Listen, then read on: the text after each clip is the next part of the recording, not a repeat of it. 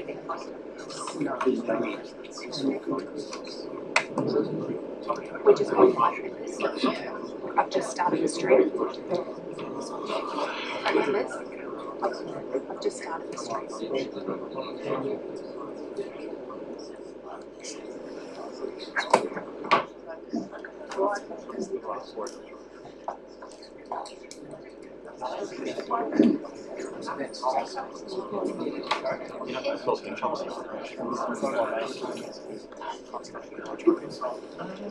The fire alarm goes off, there's nothing to do. I promise. We had Oh, did you? yeah, we had some leaf right on top of the level rack. Oh, no. Really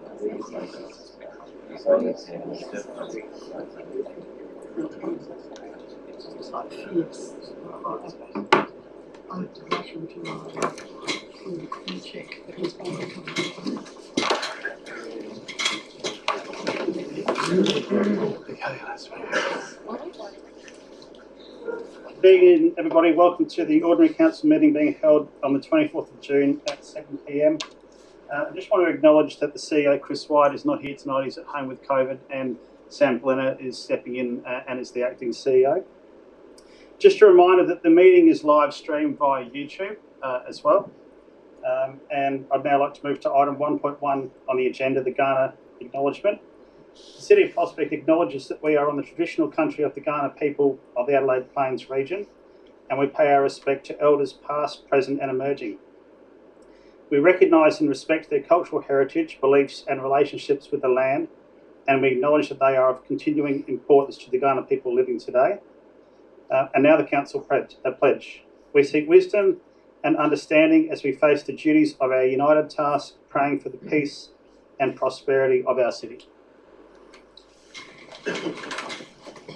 Just before we begin, I just want to go through a few process or procedural aspects of tonight, which is important, I think, to recognise. First of all, we appreciate your presence here tonight. It's great to see such interest from the community in this decision. To ensure that this important meeting can proceed effectively and safely for everyone present, council staff and those in the gallery, disruptions or inappropriate behaviour cannot be tolerated. Such actions would require council to take steps such as adjourning the meeting, requesting individuals to leave the gallery, or in extreme cases, moving proceedings behind closed doors. We don't want any of those things to happen, so I just want to make that point clear that if you decide to make that decision, then you will be asked to leave. Nobody wants that outcome, least of all us. So to uphold the integrity of this democratic process and ensure this meeting remains open and accessible for the benefits of everyone, we appeal to all present to maintain civility and respect proceedings as we move forward. Before we get into the agenda, I just wanted to start off by reading out the PLP principles, which is what we arrived at as a group about 15 months ago. They've been the true north or the guiding star behind how we've approached this process. And whenever there's been a concern or a doubt, we've reflected on those principles, and that's helped steer us in the right direction. So they are that we will be guided by evidence to inform decisions. We want commercial retail returns to support the delivery of infrastructure and reducing reliance on rates. We'll have a precinct approach to concept development. We're comfortable being presented with options. We're comfortable for the precinct to reflect an accessible community open space alongside a premier sporting destination. Will facilitate value for money opportunities and or partnerships to deliver community and commercial infrastructure. So that's what we've been thinking all the way through this process, and I just thought it was worth reading those out. Moving on, item 2 on the agenda, on leave there are nil. 3, apologies, there are nil. 4, indication of intention to declare a conflict of interest. Are there any elected members who would like to indicate that they intend to declare a conflict of interest? Councillor Barnett, thank you for that indication. Item 5 on the agenda, confirmation of minutes from the previous ordinary meeting. Do I have a mover? Councillor Nelson, would you like to speak to the motion? No, it's fine. Councillor Barnett, seconder. Let's put that to the vote. All those in favour? Against? Carried unanimously. Moving on to item 6, public question time. So we have 15 minutes for questions from members of the public. If you'd like to ask a question, you have 3 minutes. If we can answer the question, we will answer the question. If we can't answer the question because it's a technical detail or a decision that hasn't yet been made, then that will be how we'll answer the question. I'll take the questions first of all. I'll defer to the CEO and his team if there's anything that I can't answer accurately. So, can I have a timekeeper, please? Okay, so are there any questions from members of the public? Got one there. My name is Varun and I reside in Broadview. What I'd like to ask the council is 2 PLP surveys have shown a dominant resident wish for open space, which is indeed the essence of the oval precinct. Yet the latest council PLP option persists with the land revocation for apartments, e.g. cricket net area, etc., and seek to give Menzies Crescent Road open space, currently used to arrive at N Park for access to oval precinct existing open space. Short of next year's council election, will council listen to the resident that it is meant to represent and vote for preservation of current community land open space? Thanks for the question. So you might hear this answer a few times tonight, but we haven't made any decisions on what's going to happen. We've presented several options, we've refined those options, we've consulted on those options, and we've arrived at a proposed master plan which we're looking to adopt. So no decision's been made at this point in time with regards to closing Menzies Crescent or keeping Menzies Crescent open. No decision has been made with regards to how much open green space that we'll end up with. What I will say is that all the options, including Master Plan X option, all presented an increase in open green space. So at this point in time, no decision's been made. That's in the future if the master plan is adopted tonight, and we'll continue to take on board the community's feedback with regards to the points that you made. So thanks for the question. Anything else? You've got it. Why then the master plan is the only being voted currently, which has been presented? Why not the other options being considered and tabled for the vote? If you look closely at the 4 options that were presented through the second stage of consultation, and if you look at Master Plan X, there's nothing new that's been introduced in Master Plan X. So it was made clear during the consultation process that the 4 options weren't locked in, i.e. you had to choose all of this one, this one, this one, or this one. It was made clear that you could say, I like this aspect of this one, and I don't like these things, and I like this aspect of that one. So the culmination of all of that work is Master Plan X, and there's nothing new that's been introduced in Master Plan X that hasn't been consulted on previously. I'll leave the time for the other members, but unfortunately, the options that resident... You got questions, it's not time for opinions. Right. So if it's a question, you can ask it, but if it's not, okay. Sure. I think we had one back there. Yeah, I'd like to say that 89% of people voted against moving the cricket nets to the southwest corner. This is through the engagement updates numbers. 76%. Make sure there's a question on its way. Voted against any changes to the croquet courts. 80% voted against any indoor multi-purpose building. So despite these results, and assuming that you take into account the feedback of community engagement, why have you progressed to develop a plan that incorporates all of the above into the new Project X master plan? Thanks for the question. I'll have a crack at answering that one as well. So first of all, it's important to note again that this is a plan and there is nothing set in stone. There have been no decisions made. There have been no deals done. So there's a lot of work that's going to happen over the next 12 months, which will further refine what our ideas are. And I also think it's important to point out that the numbers you're talking about were from one aspect of the consultation process. We had, I'd say, at least 15 to 20 other opportunities for people to have their say with regards to what they'd like to see and not like to see. So it's not reasonable to take only that part of the consultation process and isolate that. Our team has put together all the information that we received through democracy, through voting, through open forums here, through open forums at Blackfriars, at Twilight concerts, and we've taken all of that input. So I understand and agree with the figures that you mentioned, but that is one part of the consultation process, not the whole consultation process. It's the only easy part to decipher because you haven't sort of congregated everything together. So is that a question? No, it just makes it very hard. So what you're saying is that you've got, Just got to take questions. From the engagement hub, So, okay, then can you please congregate all the results together so it becomes easy to read and we can understand your perspective?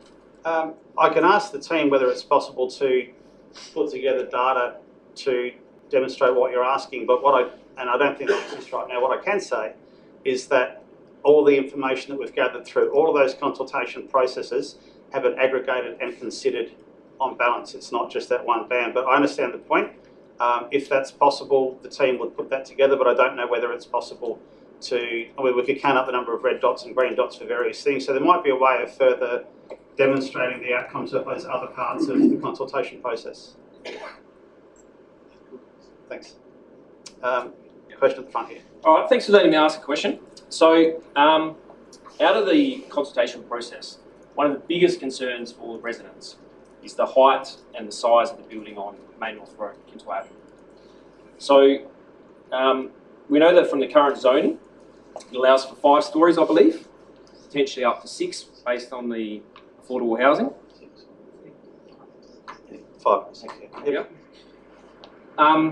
But, you know, I've heard through other council meetings, and it's clearly been put to me and others, that, and it's not scaremongering, what I'm saying here, is we've actually heard this, that the council desires to go much higher than this, up to 8, potentially 10 stories, potentially 300 apartments, to maximise the return on the development and fund some of the other works in the development. Now, since raising this, we've now heard that, you know, the decision's not going to be made for 12, 18 months, so you don't need to worry. But the uncertainty contributes, you know, not to the well-being of a lot of the people here, and they're really concerned. So my question is, to put the residents' minds at ease and clarify the situation, can you confirm, is there an intention or desire to go higher than the 5, 6 stories? Or can the residents be assured that the current zoning is how it's going to be? Thanks for the question. So again, no decisions have been made. We've put forward ideas and concepts. Bill Pipe. Don't make me get my gavel out. I don't want to do that. I haven't used it yet in 3 years. So no decisions made. And if someone can provide me with evidence that a decision has been made, a deal's been done, then please do so. You can bring it up right now if you've got it. You can send it through to me via email. I guess, can I follow up? I haven't finished my answer to your question yet. So if you've got evidence that a decision's been made, please send it through to me and I'll retract my statement. If you haven't got evidence that decisions have already been made, then you have to trust that that's the case. So there's a lot of processes that if the master plan is adopted tonight will be triggered by that adoption, and one of those will be looking at code amendments. Now, council has always said that we will not be the developers, we will form partnerships, and the commercial building industry, development industry will ultimately, I think, be the ones who may decide if there's the appetite for going that high. So the honest answer to your question is, again, no decision's been made. Council's not going to develop it. We are going to move forward with a code amendment to get that in place should we require it. And the market ultimately, I think, will decide if there's the appetite. And I'm sure I'm going to get a few boos and hollers from the crowd when I say this next bit. A development of this scale won't be CAP's decision, the council's decision. It will be a state assessment panel decision. And there's nothing we can do about that, whether we like it or not. That's the plain fact. So does that answer your question, Will? Well, that sounds to me like there is an intention or a desire to go higher. So I'll say it one more time. There are no plans in place. There have been proposals put forward as part of master plan concepts. If we adopt the master plan, then part of the next stage that we'll go through is to start looking at the commercial opportunity and see what that might look like. And we won't know that until we get to that point. So I know you're going to say that's not going to answer your question, but that's the best answer I've got, sorry. All right, thank you. Question up the back. Welcome. Good to see you. Glad you're here. Yeah. No, look, the question I've got in terms of being prudent in the way that you're going to vote, only 1% of the entire number of residents have actually lodged something, despite council trying to get a lot of feedback on it. Only 1% or less than 1% of people have actually put in opinions. Do you think it's fair reasonable and prudent the council would vote on it with such a low amount of feedback? That's my first question. My So second, I'll answer that question, and you can ask another one. you sure? So it's a good question, and if I can use a comparison, when we put the vote to adopt the annual business plan and budget forward, that's after at least one round of public consultation, and that's actually the next item on the agenda tonight. We're voting to adopt a budget in excess of somewhere between $20 and $30 million. And when we go into public consultation for that process to approve that sort of expenditure, we get about 0.01% of the community who respond to consultation. So this round of consultation for the budget, I think we got between 15 and 20 people who responded. So if you look at it from a comparative point of view, we've done really well to get 1% of people engaged enough to formally respond. It's also reasonable to say that the elected members, myself and the staff, have received hundreds and hundreds of other responses through various channels and through the engagement as well. But to answer your question, it seems like a low number, but it's actually not too bad. Well, if I may, before I get to the next question, I don't accept that, but thank you for saying that. 1% is not enough to make a large vote on. Second question is,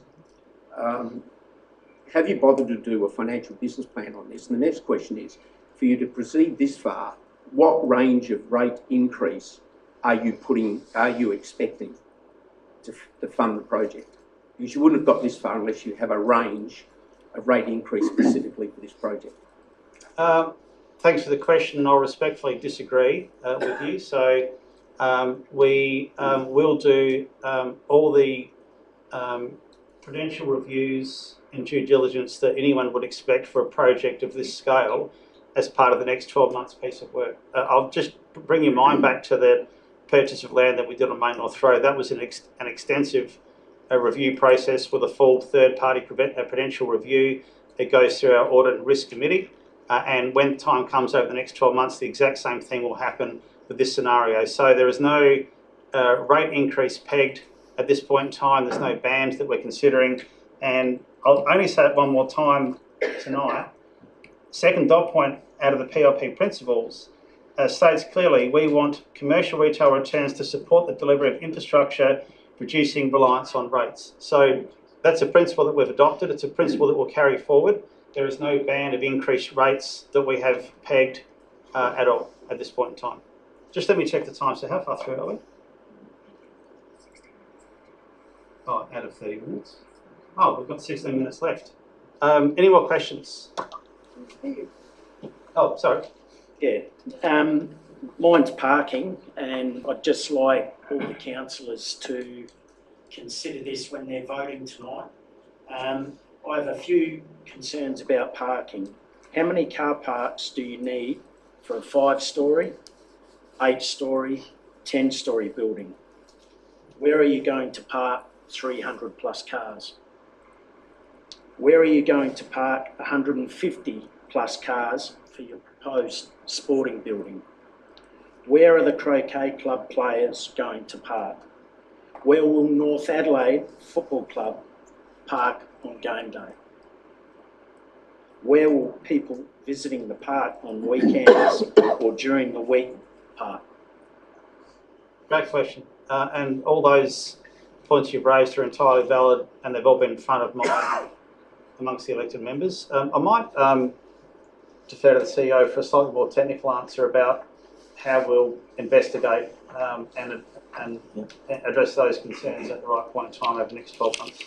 So, if members of the gallery read the council agenda, obviously tracking and parking itself, we understand it's obviously a huge issue with respect to the precinct, and there is a lot of work still to be done. What we are looking at tonight is a master plan, a 2-dimensional master plan, effectively, and have identified there is further work to be done. There are some additional car parks that have been developed in the master plan that have sought to help ease that burden, but that is not the final solution. In terms of the development that occurs, the new development, there are development requirements that need to be met based on the size of the development, and the council will be no different than any other private developer, and not that we will be developing this, but will be required to uphold and meet those requirements on site. And So that's effectively the response, and there will be further work undertaken in phase 2 to look at this in detail as we explore the master plan and take it to that next level of design development. Thank you. Just continuing on with that, parking is a huge issue in Prospect streets. I don't think there's one street that doesn't have parking issues. If we take Wilcox Avenue here, that was one house, now there's 30 apartments. Apartment living, supposedly. Sorry, is this question related to the PLP? No, because yes, I'm getting to it. I'm happy to Yeah, take it. I'm getting to it. Right. We all know that's an issue. If there is a 5-storey building going up over there, where are the cars going to park? Where are the people going to park for sport? That sport precinct will be full. So where are the people going to park in this high-rise building? So I think that the director's answer also answers your question, but I also will. I'd just like to know. Well, the director's given as much of an answer as it's possible to give now, because. But he doesn't know himself. So how do we believe the direction you're trying to take? How do we believe it? I'm not sure.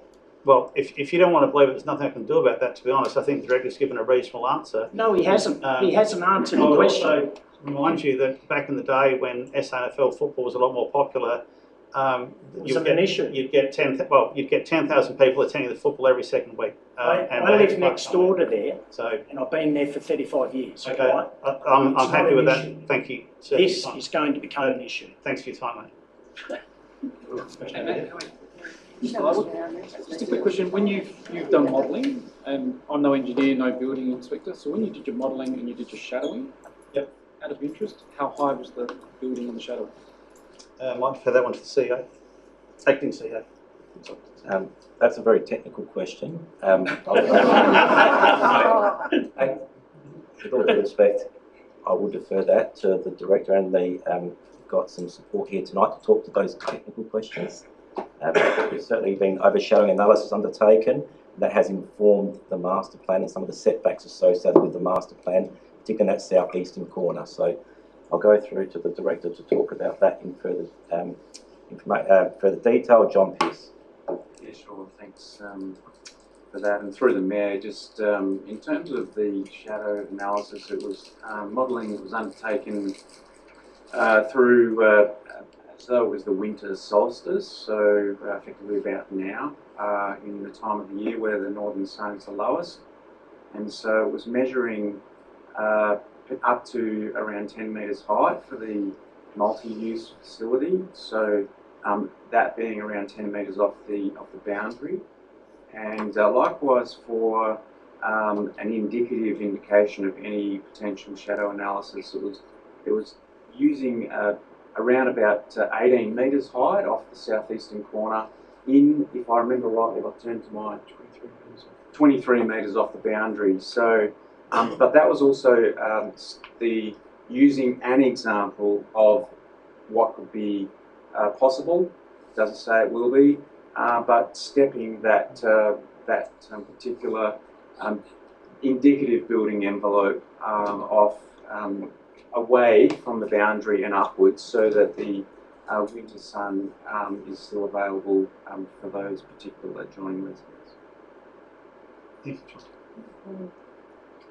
Any further questions? Oh, sorry, I'm just making sure we're finished over here first. How high a building is 18 metres? How many levels? Stories. 6. Probably have to ask the go through the mayor.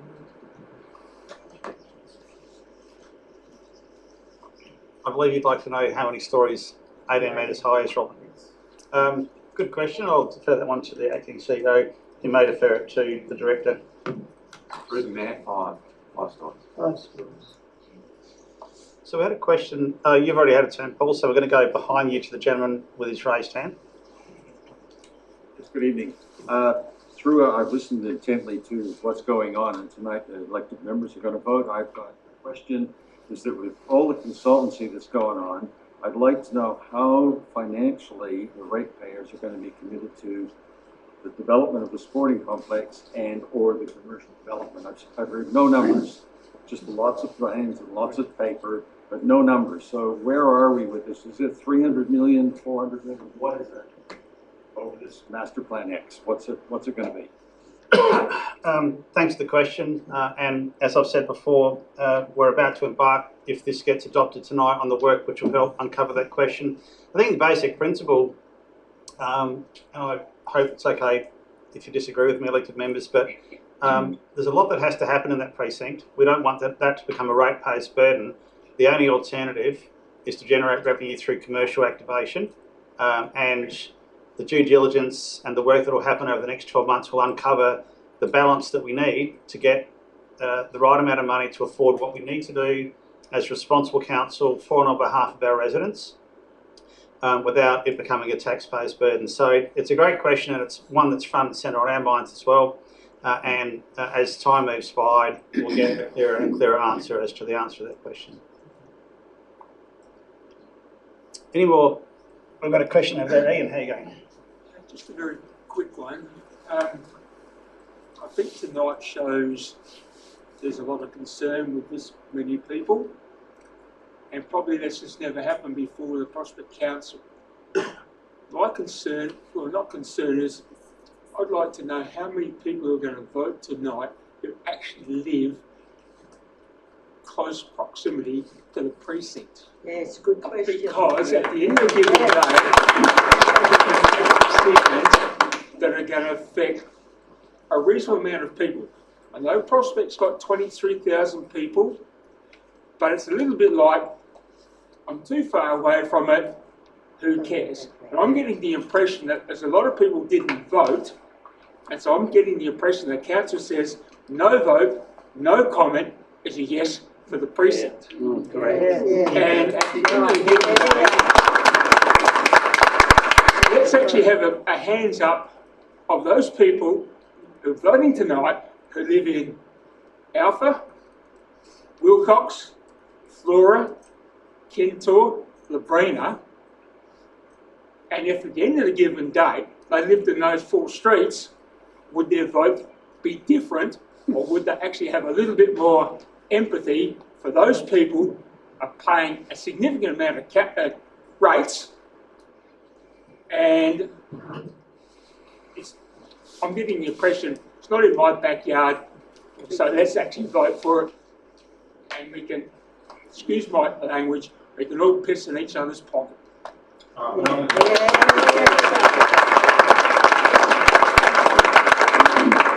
there any other questions? Can you answer that one? Why can't we get multiple questions? I've got one that I'd like to ask. I've said that I'm not going to take that question. I didn't take any of them. Are we going to get a hands up who actually lives close to the Take that precinct? question, And so their vote. Ian, I'm not going to take that question. Okay, fine. Sorry. So I want to give other people who haven't already asked the question an opportunity to ask a question. If there are no further questions from people who haven't asked a question, I'm happy to circle back to people who already have. So, so we've got one here, and then at the back we'll go next. What I'd like to, I've got a couple of questions. One of them is the whole area is actually historic zone, which is supposed to be protected from developing on, or kept in much the same way. And leading on from that, there were 4 options given, and essentially first 3 all put this multi-sports complex and the development on the southeast corner in an L shape building onto that historic land. Why was there no other options for, say, this multi-sports complex to be on the northwest of the oval on Wilcox, and the east building being just on the main road property? I cast my mind back to some point in the last 12 months. We certainly did consider different locations for a multi-sport facility, and we drew the conclusion that that was a good opportunity to aggregate the potential for that facility, as well as to relocate the RSL and the cricket club to a facility which wasn't asbestos ridden and didn't have holes in the roof, which required buckets to be put on the floor during winter to catch the rain. So the best location for that overall, from a planning point of view, was considered that location. Secondly, the question you asked about the L-shaped building on the east side, I believe. Again, no decisions have been made there at all. So we're about to embark on the next phase of work and consultation, and until we get closer to seeing a detailed plan with costings and all the other things that we need to have, we can't say whether that's going to happen or not. It's been put forward as one of the things. But my question is, why weren't other options with that multi-port facility in that building before? It seemed like 3 options were pretty much the same, and then one was very different. I don't know. I don't know whether I've got an answer you're going to be happy with, but there's probably not. Yeah, there's an old. There's options. There was 2 options essentially, is what I'm saying. Well, I think that's not reasonable to say, and we have to limit the amount of options we put forward at some point in time to not have too many choices to make, because I don't think that's productive either. So that's my answer to your question, and you may or may not accept that. Sorry, Beth had a hand up first, and this is the last question, and we're out of time. So over to you, Beth. Just one question.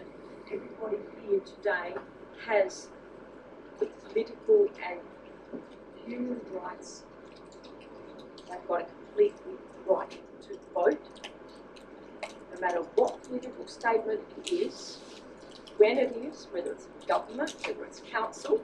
This is all part of the political range. What I've read today from the human rights, and it's actually a Covenant 25, it says that everybody shall be given one person, one vote. That one vote will be counted as equal. And what I can gather from reading some of the phase 2... Sorry, Beth, is there a question? Because we've got to... Yes, there is. Okay, so can we get to the yes, question, I know please? your time is valuable and so is ours, but it's worth... Well, no, I've got 30 minutes Fine. based on legislation for questions from members of the public. I'll be finished if you let me. The right of everybody is to vote once, and that is counted as equal. Therefore, I have a question. Why is the votes of the adjacent residents being discounted as a cohort? That's my question. It should not be a cohort. It should be its equality from the human rights.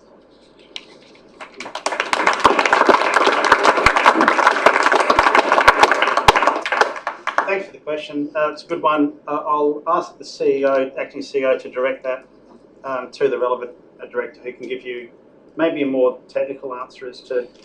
I would just add some value to what way through, if that's all right. Yeah. I think what's important to note is obviously there's been a long consultation journey associated with this project. There's been 2 phases of consultation since the council embarked on this journey to develop a master plan.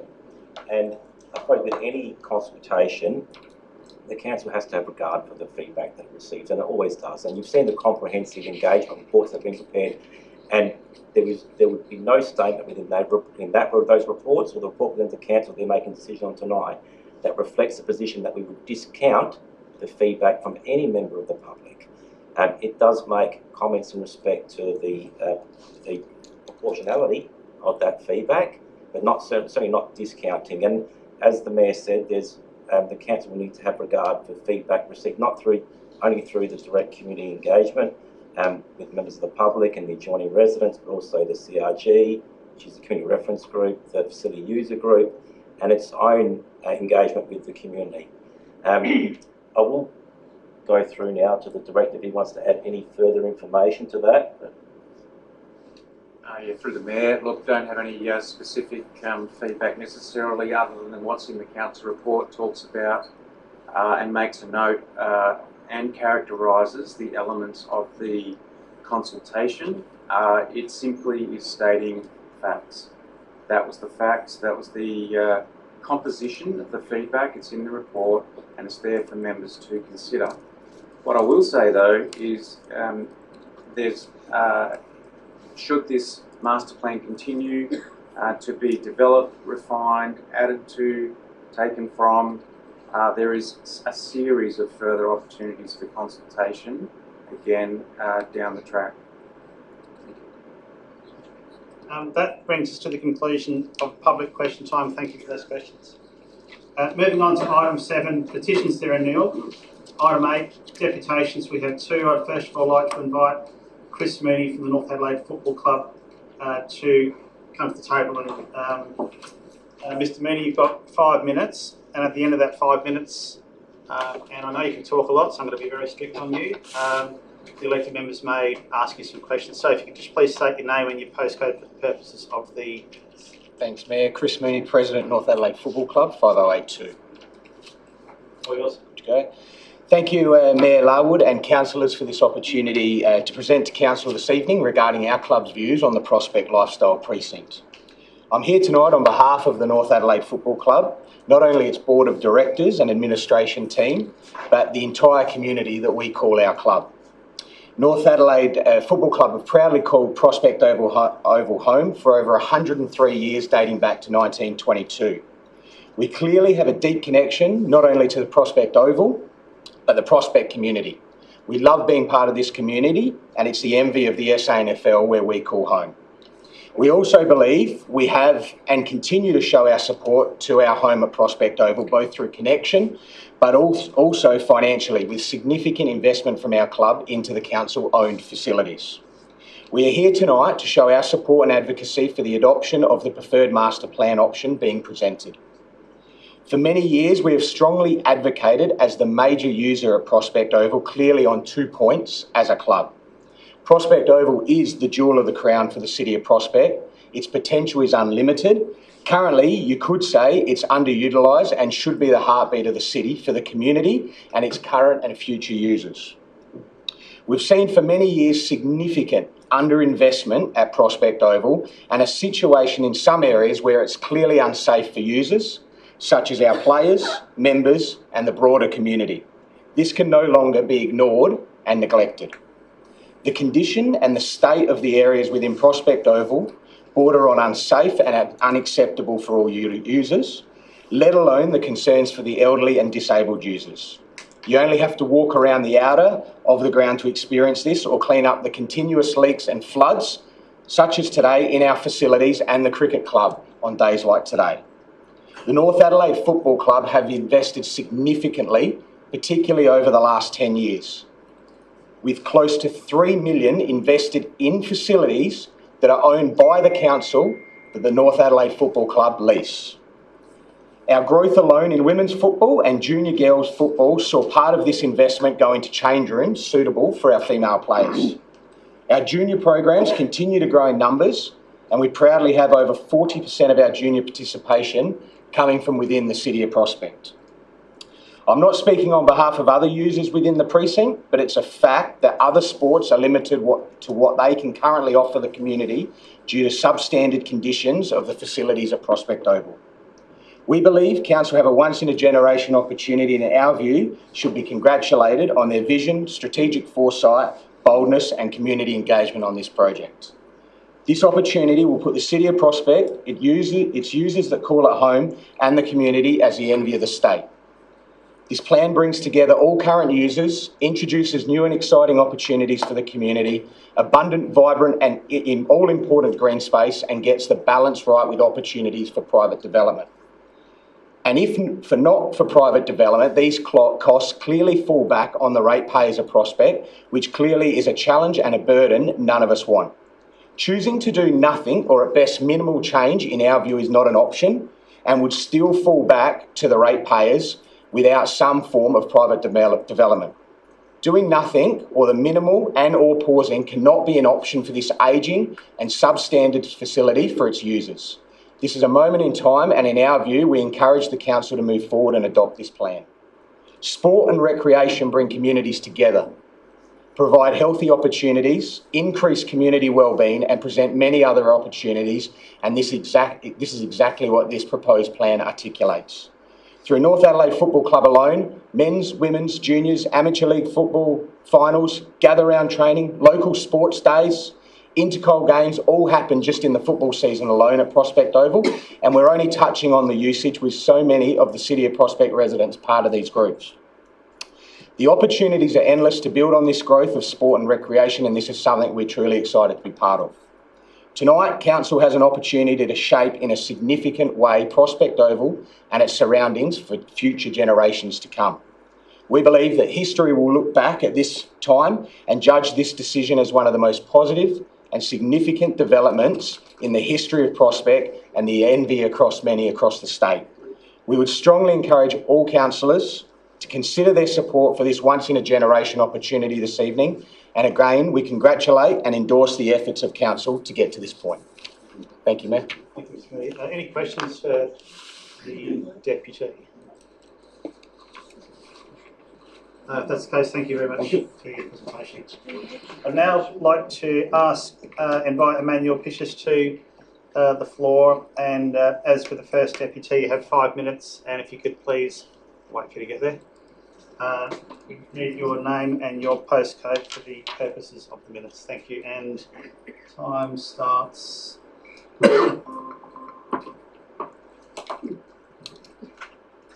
Wheels. My name is Emmanuel Pishas, resident Alpha Road 5082. Mr. Mayor, councillors and Prospect residents, thank you for this opportunity to discuss my concerns regarding what I believe is an ambitious and an overdevelopment for the area that is currently proposed by Council. I like to say for the last 25 years I've had great rapport with the Council and its ex-Mayor David, and with yourself and most of the councillors here, and also when we did our development on Main North Road with Scott, which I believe is one of the best planning officers in the Council, dealing with many councils from previous dealings. I would like to point out Council should work and encourage development for the improvement of our district, but it has to be at the prosperity and future of our district without huge financial burden for future generations. My concern is, as a resident and a commercial property investor currently paying over $60,000 in rates, the Council should be concentrating on making decisions that will minimise council rate hikes and concentrate on providing services that are slowly diminishing. I'm bewildered and shocked that the current Council has spent close to $1 million, as reported, on a development proposal that lacks complete details into unit height, car parking, traffic management, etc. And yes, I do realise that it's a work in progress, but you spent $1 million on consultants, and that is shocking to me. Let's be honest, if a developer presents this type of application, not only it will be rejected for the lack of details, but laughed behind closed doors for him spending over $1 million on something without full details. Council must remember, ratepayers are not the bank with ultimate funds to be wasted on ambitious projects that will run away over budget and behind schedule, especially for what's been informed, that we are currently about $17 million in debt. It's also been published, and I've got on my phone, that project management funding is 25 to 26, 868,384, 26 to 27, expecting 889,468, 27 to 28, $911,080. Potential capital funding subject to master plan approval. 26, 27, $1 million. 27, 28, $2 million. The notion that a huge 8 to 10 level approximate unit building to go up, and even though, Mr. Mayor, you've said that it hasn't been finalised in that, what hasn't been answered is how many councillors here are wanting an 8 or 10 level building to make it financially viable. That's not been answered. And the council thinking it's going to be a wishful a windfall for the council coffers is wishful thinking. There has been thousands of apartments built on the Churchill Road, Prospect Road, but still we have a $17 million in debt. So how's 300 or 200 units going to help our debt ratio? I can refer to a lot of local and state governments that have been involved over the years running projects over budget and have not met time schedules. If you are interested in reading, there was a newspaper article on the 13th of June this year regarding Mount Barker Council. I've got copies here if anyone likes to see them. The heading goes, "Town and out as tech balloons." Mount Barker, $255 million tab. For me personally, and 3 out of my 6 companies have invested approximately $20 million in the Prospect District. But depending on the direction council will take,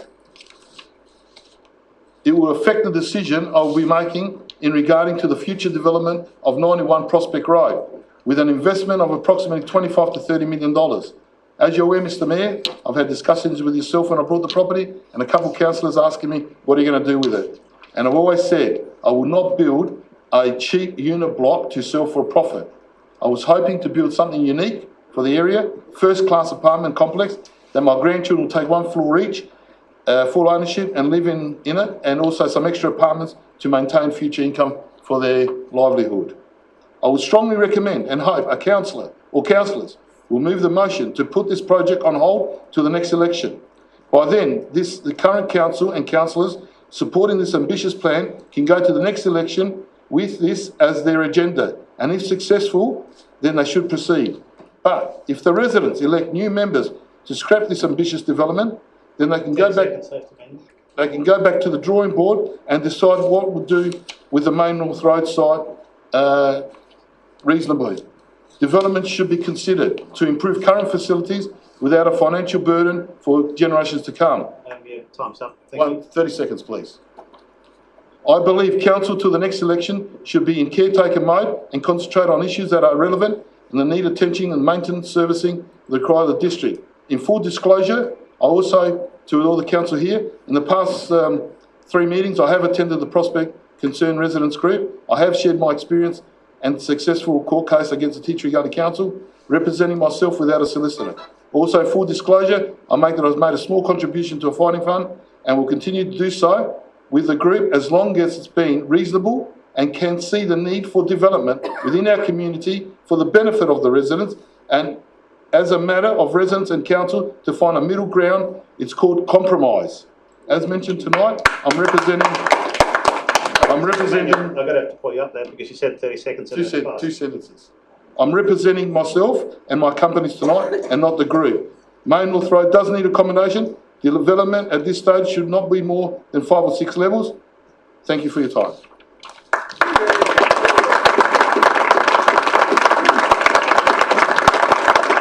Councillors want a copy of the newspaper? Are there any questions for the Deputy? Question from Councillor Mucker. Thank you. I've just got a couple. Emmanuel, you said, I think I heard you say that we wanted 8 to 10 stories. Is that what you said? Yes, and it has been mentioned to me, and I don't divulge any information. It has been divulged to me by a councillor that if it was his wish list, 10 stories would be what he would love to see. The question was asked, I think, before by, I'm not sure who it was, to ask, it's okay to say that you haven't got the plan yet and what you're going to do.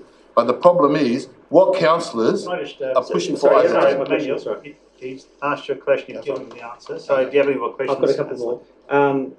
Just to point out that you may have spoken to one councillor, you didn't speak to me, and I'm not sure whether you spoke to all of them, so I wouldn't necessarily represent that view across every councillor.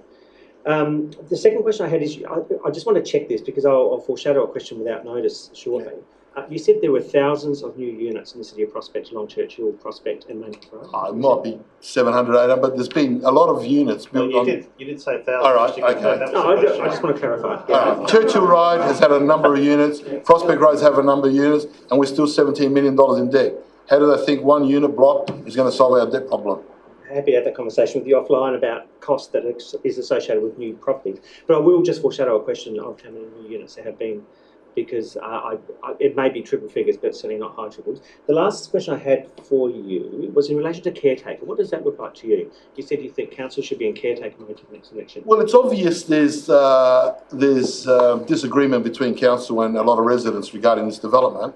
So I think what's fair, because of the stage we are, so council's not wasting a lot more money on this issue, they might get keen. Because come next election, either the group that are against it are going to put in members to go for it or not.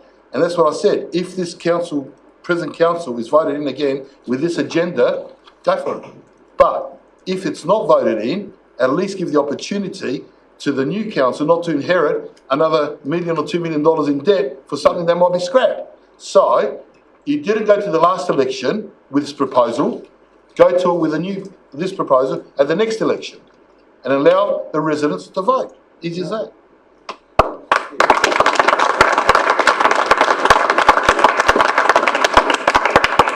Unless there's no further questions, thank you, Mr. Fisher. Thank you for your time. We'll now move on to item 9 on the agenda, questions without notice. Are there any questions without notice? You might be surprised. I actually have you given the staff enough time to look that up? Well, I'll give you the first one first, and the second one will be what we just spoke about. First question is just in relation to the recent media articles on vacancy rates along Prospect Road. Just wondering if someone can unpack for us those numbers that were outlined in the report and why there's been a marked increase in vacancies along Prospect Road. Acting CEO. I'll defer that to the director overseeing that element of the council business, John Pearce. Yeah, sure, yeah. Through the Mayor. No, there was an article in yesterday's Advertiser in relation to Main Street vacancy rates, and Prospect Road was listed among the other main streets around Adelaide. And indeed, as Councillor Greig could point out, there was a spike in vacancy reported in the first quarter of this year. The spike, I think, was 7.9% above the same period for last year, when indeed Prospect Road had been reflected as being one of the more tighter held retail precincts, with around 2.5% vacancy rate being the lowest and therefore the most highly demand retail main street in Adelaide. Now, the reason for that spike was simply because additional supply has come on board through Q1, additional supply of new retail space between the Harrington development and 85 Prospect Road. So the main street of Prospect Road is about 125 businesses. So 13 new businesses are about to come online. In fact, when the report happened, some of them were not even hadn't even received the certificate of occupancy to start handing over for fit out. So it's an anomaly in the reporting, and so we've taken 10% more supply of retail into Prospect Road in Q1, which will and I have to say, all of those spaces are leased or under offer or about to open or have opened, so they're all fully leased. So in actual fact, the actual health of Prospect Road is very, very strong, and the real vacancy rate is in fact would be back down to that 2.5 or 6%, if that, under the current circumstances. So yes, an anomaly in the data. Thank you, Mr. Pearce. Second question, Councillor Greig. Thank you, that's great news. The second question is anyone able to tell me tonight how many new units or properties have been built along Churchill and Prospect Road? I'll give an arbitrary timeline, maybe the last 5 years, and what that net figure might be, because of course if something's demolished and something's replaced, we lose one and we gain some. Yep. So I'm not, it's an unfair question without notice, but it was just in relation to the deputy. I just think it would be useful to understand what that quantum is. Yep. Acting CEO.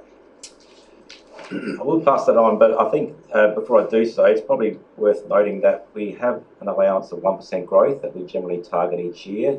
In the last 12 months, there has been 124 additional residential properties, not necessarily all along the urban corridor.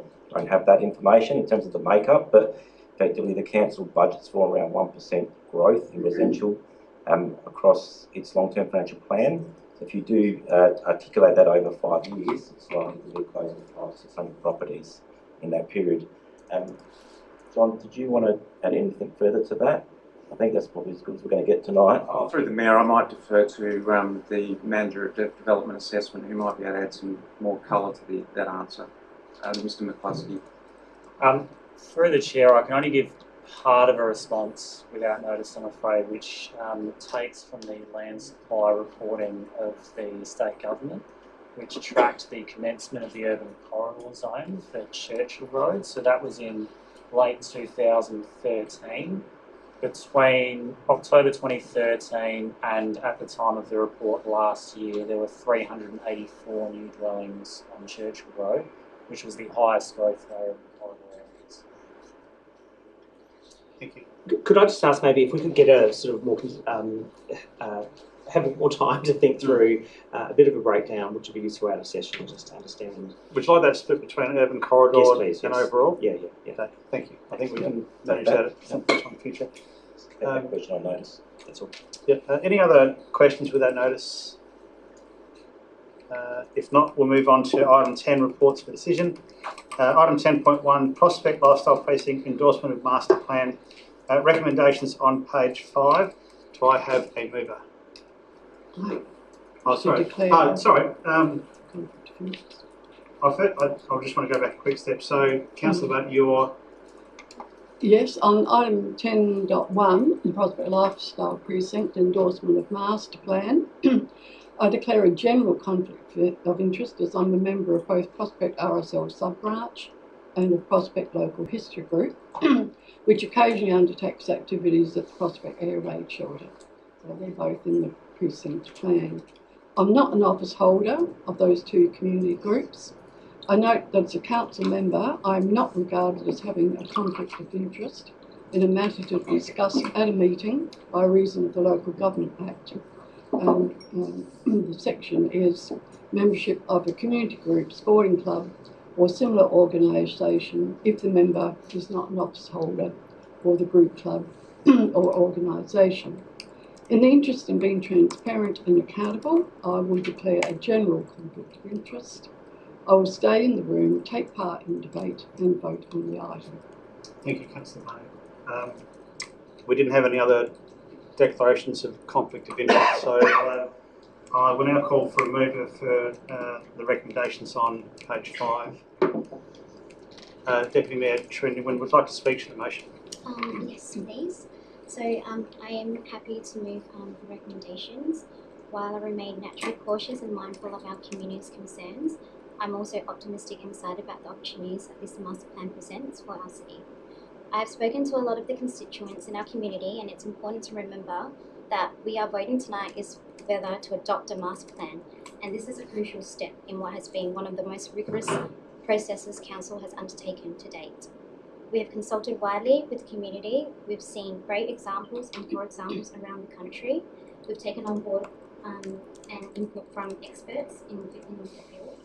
We've listened and appreciated the feedback we've received from everyone in the community, and it has been invaluable in helping us all shape our views.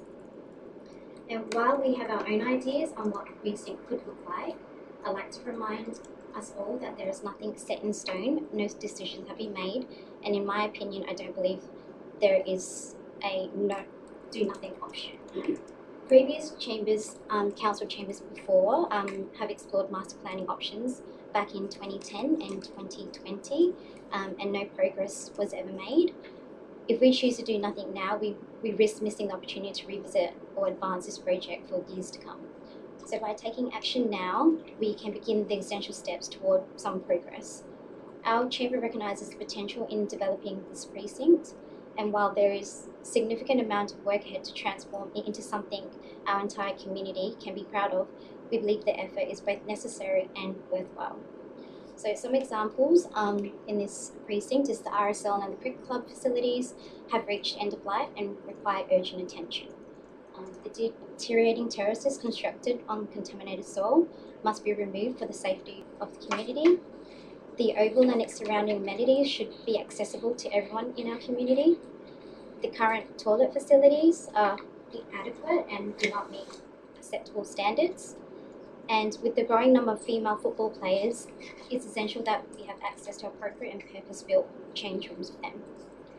I'd like to think the community would agree these examples as bare minimum, and I can envision a strong focus on healthy ageing, more open green space, as we've heard, and for families to participate in a whole wide range of activities which currently aren't catered for. So in order to fund this essential work without having significant impact on rates, an element of commercial development has to be a part of this overall plan. The economic objective of a master plan is to minimise future rate growth impact and to maximise potential capital returns from any possible developments. So so for this reason I will be supporting the motion, and I look forward to hearing the views of other elected members. Thank you, Deputy Mayor. Do I have a seconder? Councillor Bunny. Yes, thank you. I'd like to thank all of those who've been involved and responded in various ways to the consultations and meetings to date on the Prospect Lifestyle Precinct. Regardless of your point of view, this is democracy in action. We don't always agree for various reasons, but I'd like to think after living in Prospect with my family for 52 years and serving on Prospect Council as Mayor and Councillor for 34 years, that we can work through our differences, trying to find a solution that gets closer to solving the issues. Solutions do happen. Just very recently, with the Croquet Club, it's evident that to future-proof the Croquet Club, and in agreement with the Croquet Club, Council now proposes to retain 3 courts and build new modern Croquet Club rooms. So, with some respectful dialogue, these things are possible.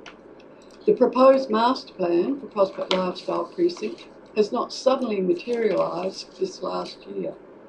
It's been the outcome of many community consultations, such as the 2010 Prospect Oval and Memorial Gardens Master Plan, the 2023 Open Space and Recreation Precincts Plan, and the Prospect Oval Sports Precinct, now emerging, as we know it, as Prospect Lifestyle Precinct.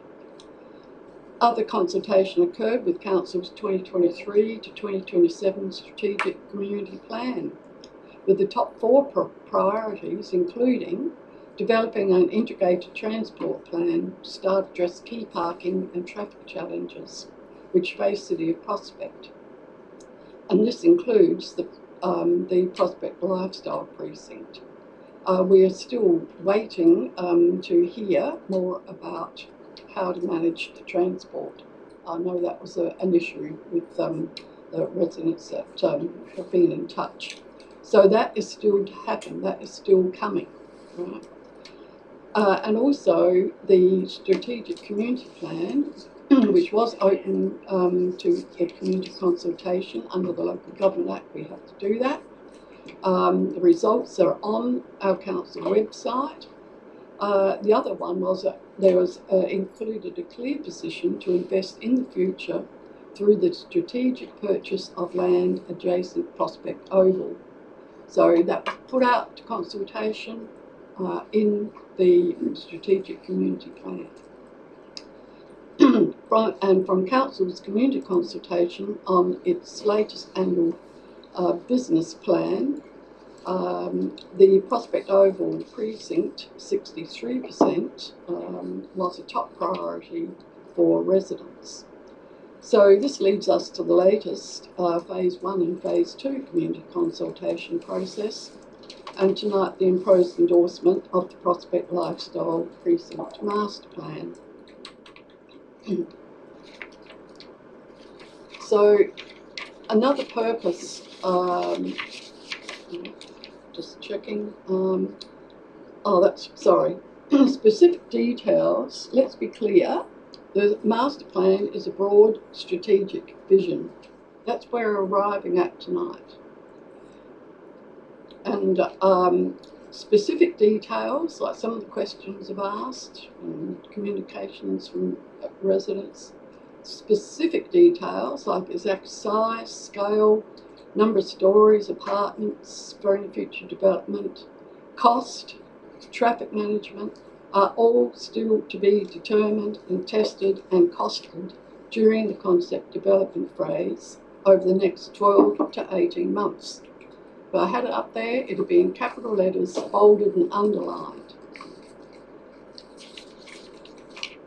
You've got just around a minute. Yes, another purpose of the master planning exercise is to further reduce our rates, not increase them. The land on Main North Road was purchased as an asset investment and was approved by the Local Government Finance Authority after going through many independent prudential tests.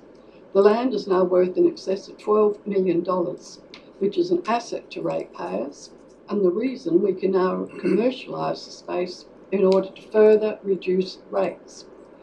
The Essential Service Commission report in 2023 noted that our council was too reliant on rates and that we still needed to plan and maintain its asset base. I understand, and I have checked with the Director of Finance tonight, that Council has acted on the advice from the Essential Service Commission. Part of the Council asset base includes Prospect Oval Precinct with ageing and not fit for purpose infrastructure that Council owns.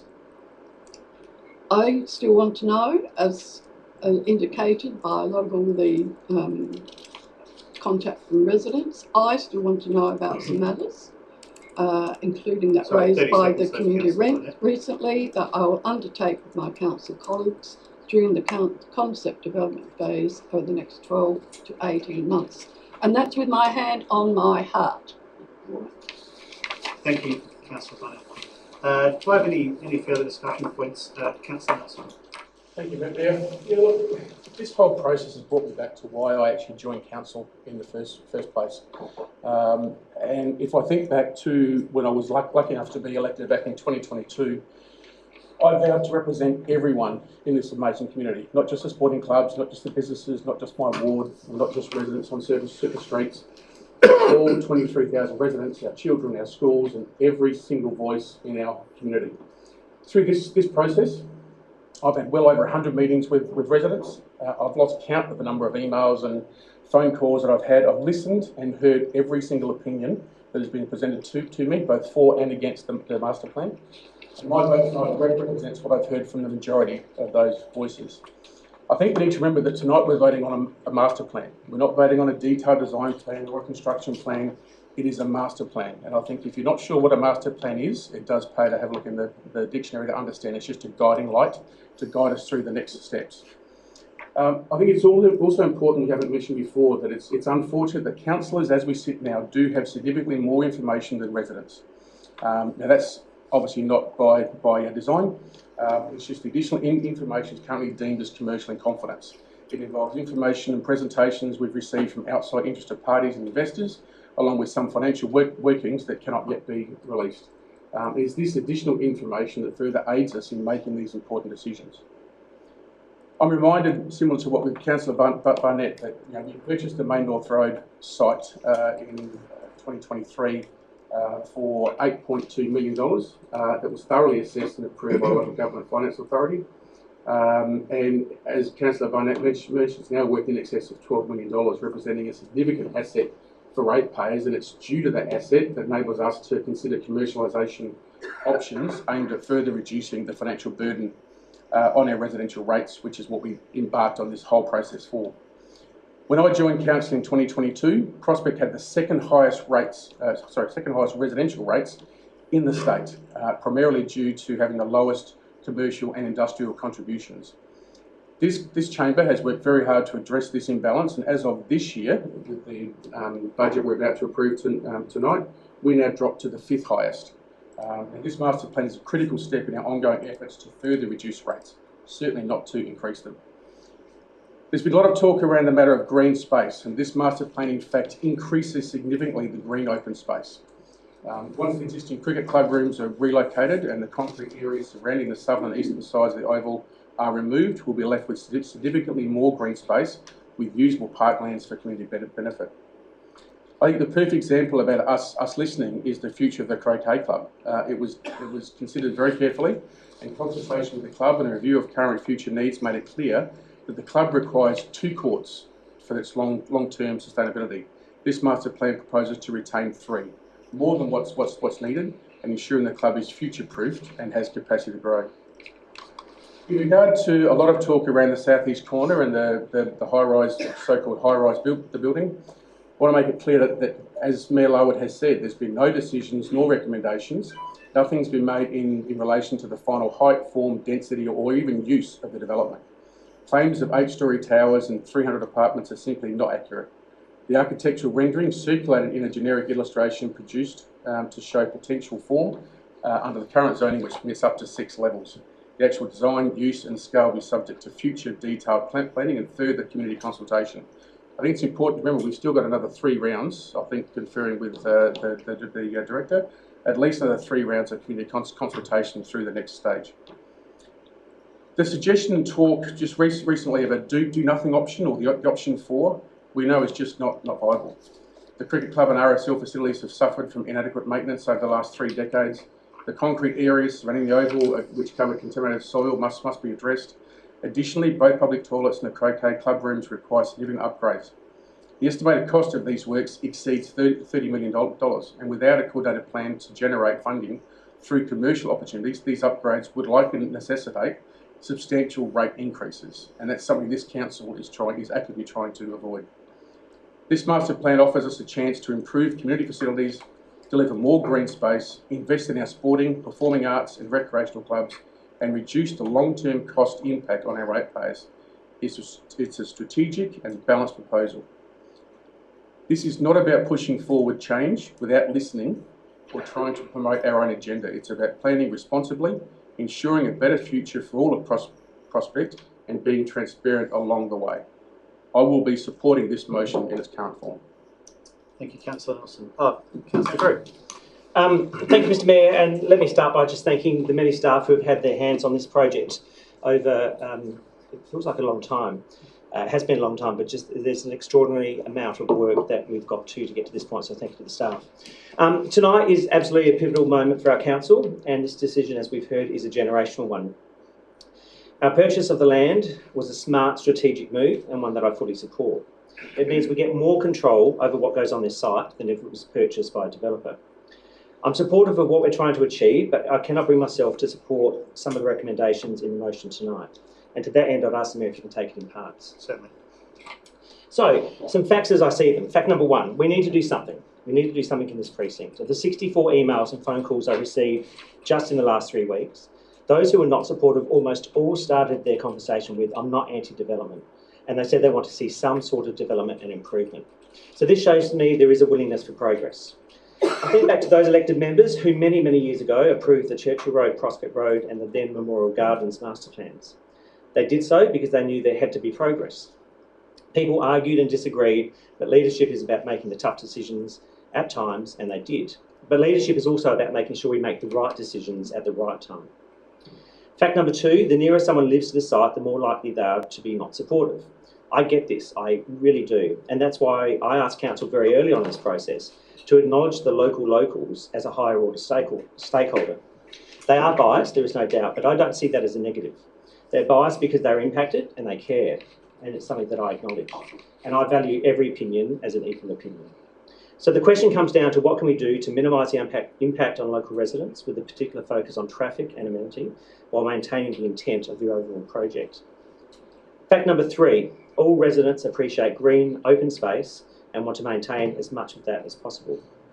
I've always operated on a policy approach of no net loss of green space, and I'll continue to do so. The need for green, open space has clearly included the love of croquet, and I'm pleased that the proposed master plan has retained 3 courts. At a council meeting a few months ago, I asked the president of the croquet club if 3 courts were workable, and the response was yes. Maintaining the croquet club was a clear not negotiable for me at the beginning of this process. So at this point, you're probably a bit confused. Why wouldn't I be supporting the motion? And the answer is simple, and it's one that people around the table here have heard me say many times. The ambitious timeline we set for this project was ours, and ours alone. We don't have to act today, this week, this month, or even this year. This is a generational decision, and we need to get it right. While I'll argue with anyone who says that we've managed this project in secret, at the end of the day, we've still had less than 1% of our community engaged. Yet a flyer put out by a resident has created a whole lot more interest. While as an elected group we cannot and should not consult on every decision we make, this one is important enough for us to take some more time. And to those members of the public who think councillors are making decisions to line their own pockets with developer kickbacks, or who believe we personally receive a percentage of additional rates, I think very carefully about making those statements publicly. I remind you that councillors are residents who pay rates, who sometimes can't find a park, who own small businesses, who shop locally, who navigate traffic and who use community facilities. We don't just come to visit Prospect for council meetings. I'm not yet convinced we have the mix on Main North Road quite correct. While we only control 1/3 of the frontage between Kintura and Wilcox, I believe we need to have further conversations about how we better use the whole site. Having more intensive use in the middle and less intensive use close to Kintura and Wilcox has always made more sense to me. The report alludes to more conversations that need to be had on this topic, so let's have them before we make a decision. I think we also have the opportunity to consider alternative placement of the indoor community and sports building. A slight move north and east will take it further from backyards and potentially reduce some current concerns. I've also been thinking about the heritage overlay of the whole site. While it could be relatively easily resolved, as we meet here tonight, it's not. And while a low risk, it would be a travesty if we went down this master plan process to find we couldn't manage the heritage issues to our own satisfaction. For anyone who's spoken to me in the last 6 years, you would know that traffic management is my thing. I'm proud to have sponsored the 40km/h limit change and the integrated traffic management plan. So I believe that the impact of closing Menzies Crescent in the absence of solid data on what happens to traffic is a step too far too soon. I love that it creates more green space, but I dislike that it creates additional traffic issues. Albert Einstein once said, life is like riding a bicycle. To keep your balance, you must keep moving. And there is no doubt in my mind that we have to keep moving. The vast majority of people, even those opposing the project, have also said that. My preference is to undertake major projects with the community and not in the face of strong and sustained opposition. Drawing breath and taking time to consider some of the issues I've mentioned tonight would be prudent. The option remains to not endorse recommendation 2, 3 and 6 tonight, which is how I intend to vote, and revise the timeline to refine some of the detail and the communications and to see this project move forward with the support of residents. And I'd ask the Chamber to think very carefully about how it votes tonight. Thank you. Thank you.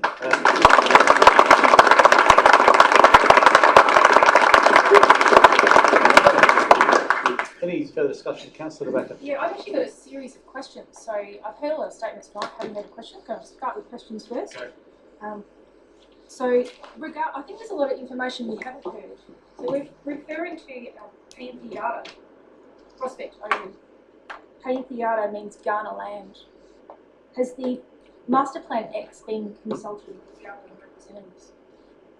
I might see if Katie is not here. She is here, but I've got through the door. Oh, yeah. Well, what I can say is it has been brought to the attention of the group that we have in place, the Kamunka. So they have been alerted to the fact that this is on the horizon, and I would be fairly confident that one of the pieces of work that we'll undertake in the next 12 months would be that sort of consultation. But I might ask the acting CEO to provide some more detail. Through the Mayor, and before I pass this through, the report does specifically talk to this matter, cultural heritage aspect. To the Mayor's point, there has been consultation with the Council's cultural sort of advisory committee, Painti Kamunga. There's been at least 3 times that this project's been presented to that committee. It's referenced in the Council report. And it does talk about the pathway forward in terms of how we're going to get cultural heritage into the process moving forward. So that is on the report. I haven't got the page number in front of me, but I'll go through the Director if there's any further information that he'd like to add to that. No, otherwise just to confirm that cultural review consultant is part of the list of consultants that will be engaged in this particular phase.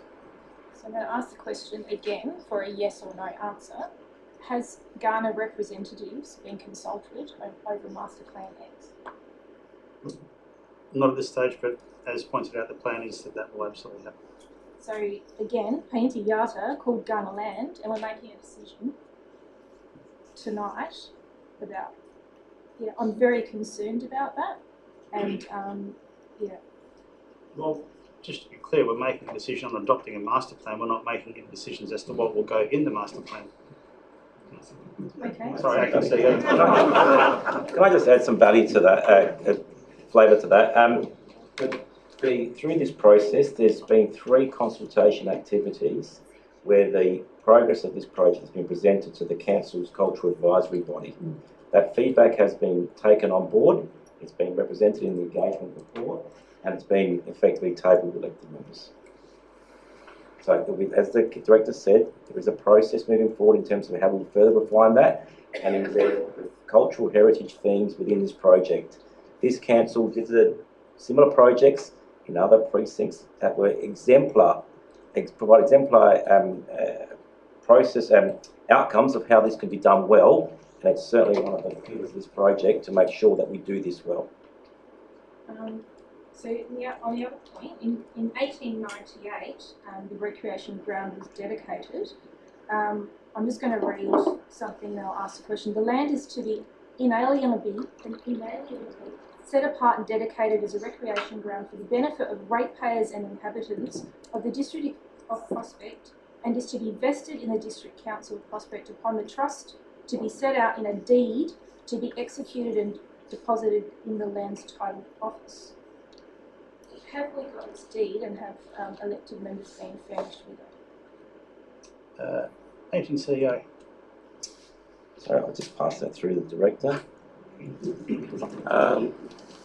Yeah, look, I'll have to take that on notice because I haven't referred to in document in 1898, so we'll have to take that on notice.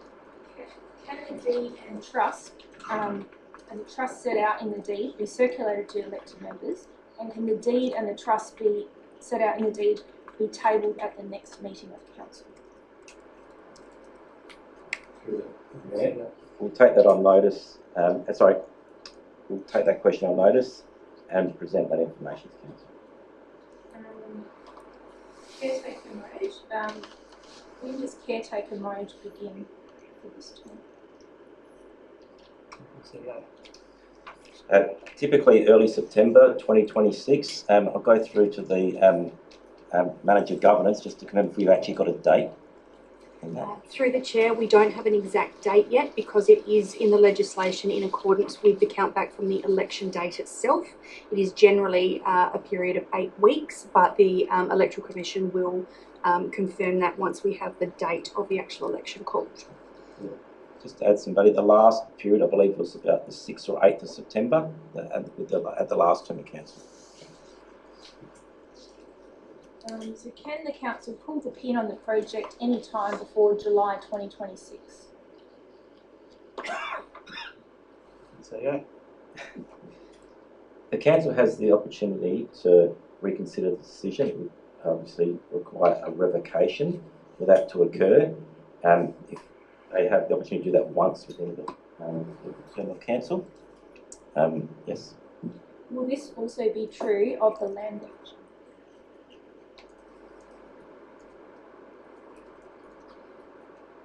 Clarification on what you mean there, Councillor. So at next month's meeting, we're supposed to be making decisions on land division and land revocation process. So once that process starts, can we put a pin on that?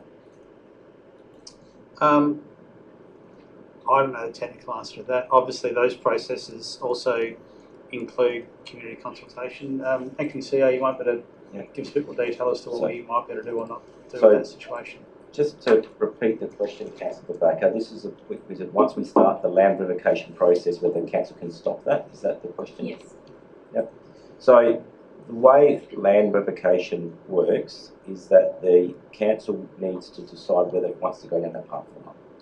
The master plan is certainly the first step. It identifies areas of existing community land that we're looking to excise to effectively be able to enable it to be sold off. As per if the final master plan is adopted. The council will make a decision to either support going out to consultation on that or not. At that point, there'll be a consultation activity undertaken with the community. That feedback will be presented, and the council will have an opportunity at that point to decide whether it wants to progress to make a recommendation to the minister to proceed with the revocation. So there is 2 decision-making points prior to the, I suppose, point of no return. Page 53, bear with me everyone. Page 3 of the agenda, regarding the development of Master Plan X, a community reference group member noted, and this I'm quoting, they have received feedback from residents nearest to the area, many not happy with the level of development. Given the strong community preference for more green space and modest upgrades, as shown in the Phase 2 consultation reports, how was the decision made to proceed with a higher level of development in Master Plan X, and why is it considered the preferred option as opposed to the small-scale development?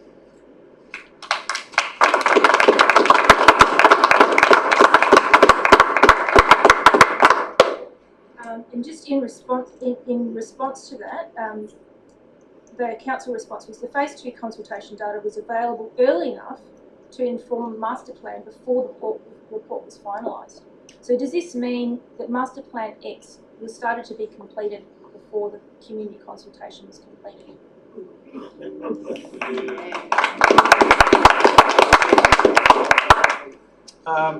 I don't know the mechanisms in behind how Master Plan X was put together and at what point in time the team started pulling the threads together. I can ask through the CEO if the process could be explained briefly in order to answer that question. CEO. Through the Chair, I will go to the Director to provide some further details, but I think for the clarity of the community, the Council report spells out the process that we've gone through step by step to arrive at the point we're at tonight. There has been public workshops and there has been confidential workshops held with this Council with respect to the Prospect Lifestyle Precinct and Councillor De Backer. So you're certainly aware that there was a presentation with respect to Master Plan X to this Council in its development to arrive at this point. Now, the rationale as to why that's been Master Plan X has evolved, so the Master Plan has evolved as preferred, is spelled out in great detail within the report and with respect to the rationale that occurring. Director John, did you want to add any further information? Yeah, well, through the Mayor, I think we have to make it really clear that there was no Master Plan X arrived at until after the conclusion of the Phase 2 consultation. However, the Master Plan process has been very transparent. There was a number of public workshops when we started presenting up to 6 options to Council members pre-Christmas that were then refined down to 3. We added 1 in January. We then went to Phase 2 consultation, and we then, as on the basis of a couple more design workshops, arrived at Master Plan X after the conclusion of the Phase 2 consultation results. The process has been quite clearly outlined, as you say, Acting CEO, in the report and the agenda. Thank you, Directors. Any further questions? I agree, have 3 and that's it, and then I'll go into debate. So page 40, risk assessment.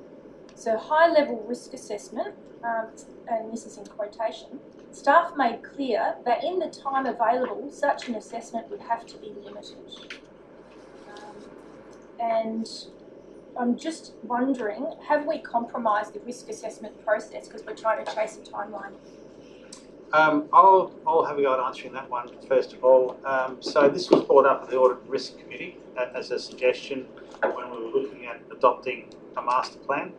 The first road we went down was looking for a detailed risk assessment, but I believe the decision was made that without enough detail around all aspects that we need to consider, it wasn't really useful to do a detailed risk assessment at that point in time. I have no doubt that a detailed risk assessment, in fact probably multiple, will be carried out as part of the works plan over the next 12 months. But it hasn't been done from my perspective to rush it through. It's been done this way simply because assessing the risk, determining the likelihood, the consequences of various aspects of the risk simply isn't practical with the information we have at the moment. There isn't enough clarity around the information. Acting CEO, have you got any more to add to that?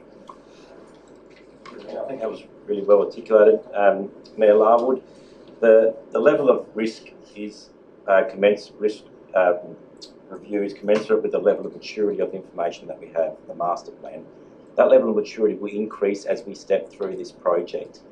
There has been reference tonight and discussions about, in local government terms, it's what's called a prudential review, and that is a very thorough process where an independent will come in, an independent consultant will come in and review the project on its merits and identify various risks that will then work through our Audit and Risk Committee, where we have some independent members, and the Mayor sits on that, I think one other council member in that regard, and makes recommendations to the council. So there will certainly be some, aside from a maturing of the council's own internal risk register, as we get clarity of what will be delivered in this precinct, there will also be an arm's length independent review to make sure that we're accountable and we're aware of all the potential risks that need to be mitigated as we move forward. Thank you, and I'll start debate now, so thank you very much, and thank you, gallery, for your patience. So I'm going to start referencing the communication report, and on page 74, the consultant says, the most successful project will be one where a shared vision is created between the City of Prospect and the local community. I don't think we have that on the table tonight. So, and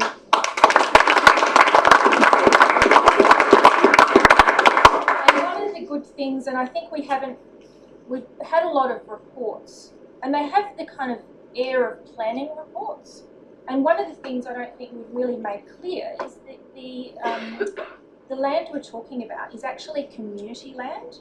So again, I'm just going to read a bit. Community land as a concept was introduced to create a system which protects the interests of the community land for which the councils are custodians.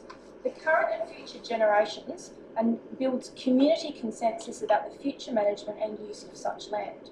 Essentially, community land is local government land classified as community land under Chapter 11 of the Local Government Act 1999. The land to be retained and managed for the benefit of community. Councils, as the owners and custodians of community land, must use that land consistently with the purpose for which the land is dedicated.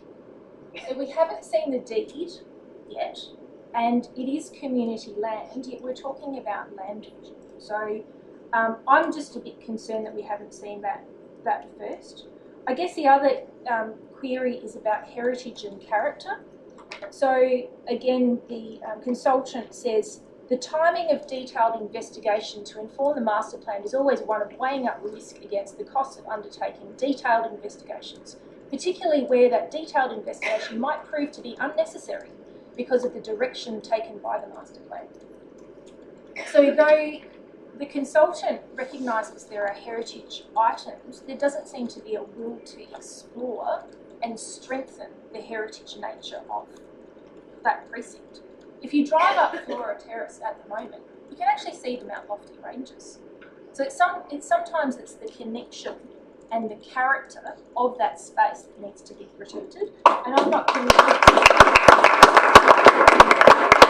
just not convinced that we're actually paying enough due diligence to looking at heritage protections, risk management, consulting with Ghana before we're making this decision. Just on another note, winter solstice. So I actually took a bit of an exploratory view up there. A lot of our community tend to use the gardens between around 7 and 9 in the morning, because a lot of our community obviously work, they take kids to school, that kind of thing, walk their dogs. I don't think I've seen dogs mentioned, one in the report. But obviously there's a huge impact for the scale of development that we're considering. And a lot of the information we've put out has been in 2D. And I think why we haven't engaged the community as much is because we didn't put out massing models in the first instance. So I'm just really concerned in putting out what we are. We're going to affect the shading and the amenity to the oval proper.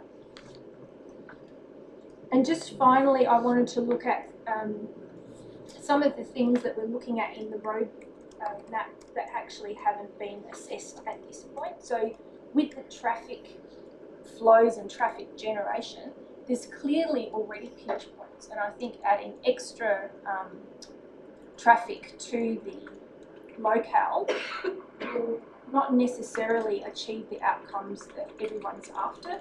I know that the local sporting clubs are looking for it as a venue, and we're looking for attracting people to the indoor court sports. However, one of the things that we've noticed is if you add lots of activities, you've got conflict of people trying to get parked. And I'll give you a 30-second warning, Councillor. That's all right. So just, I guess in summing up, I think we haven't assessed car parking, we haven't assessed heritage, we haven't assessed Ghana, and I think we really need to put the hold on, and I'm with Mark, that if we bring this to the next council, that's a better way of doing it.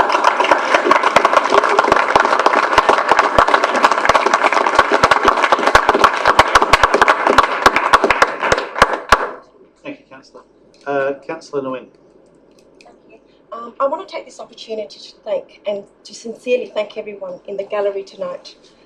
You've taken time out of this evening on a cold and wintry night to be here and to show us that what we're about to vote on truly matters to you.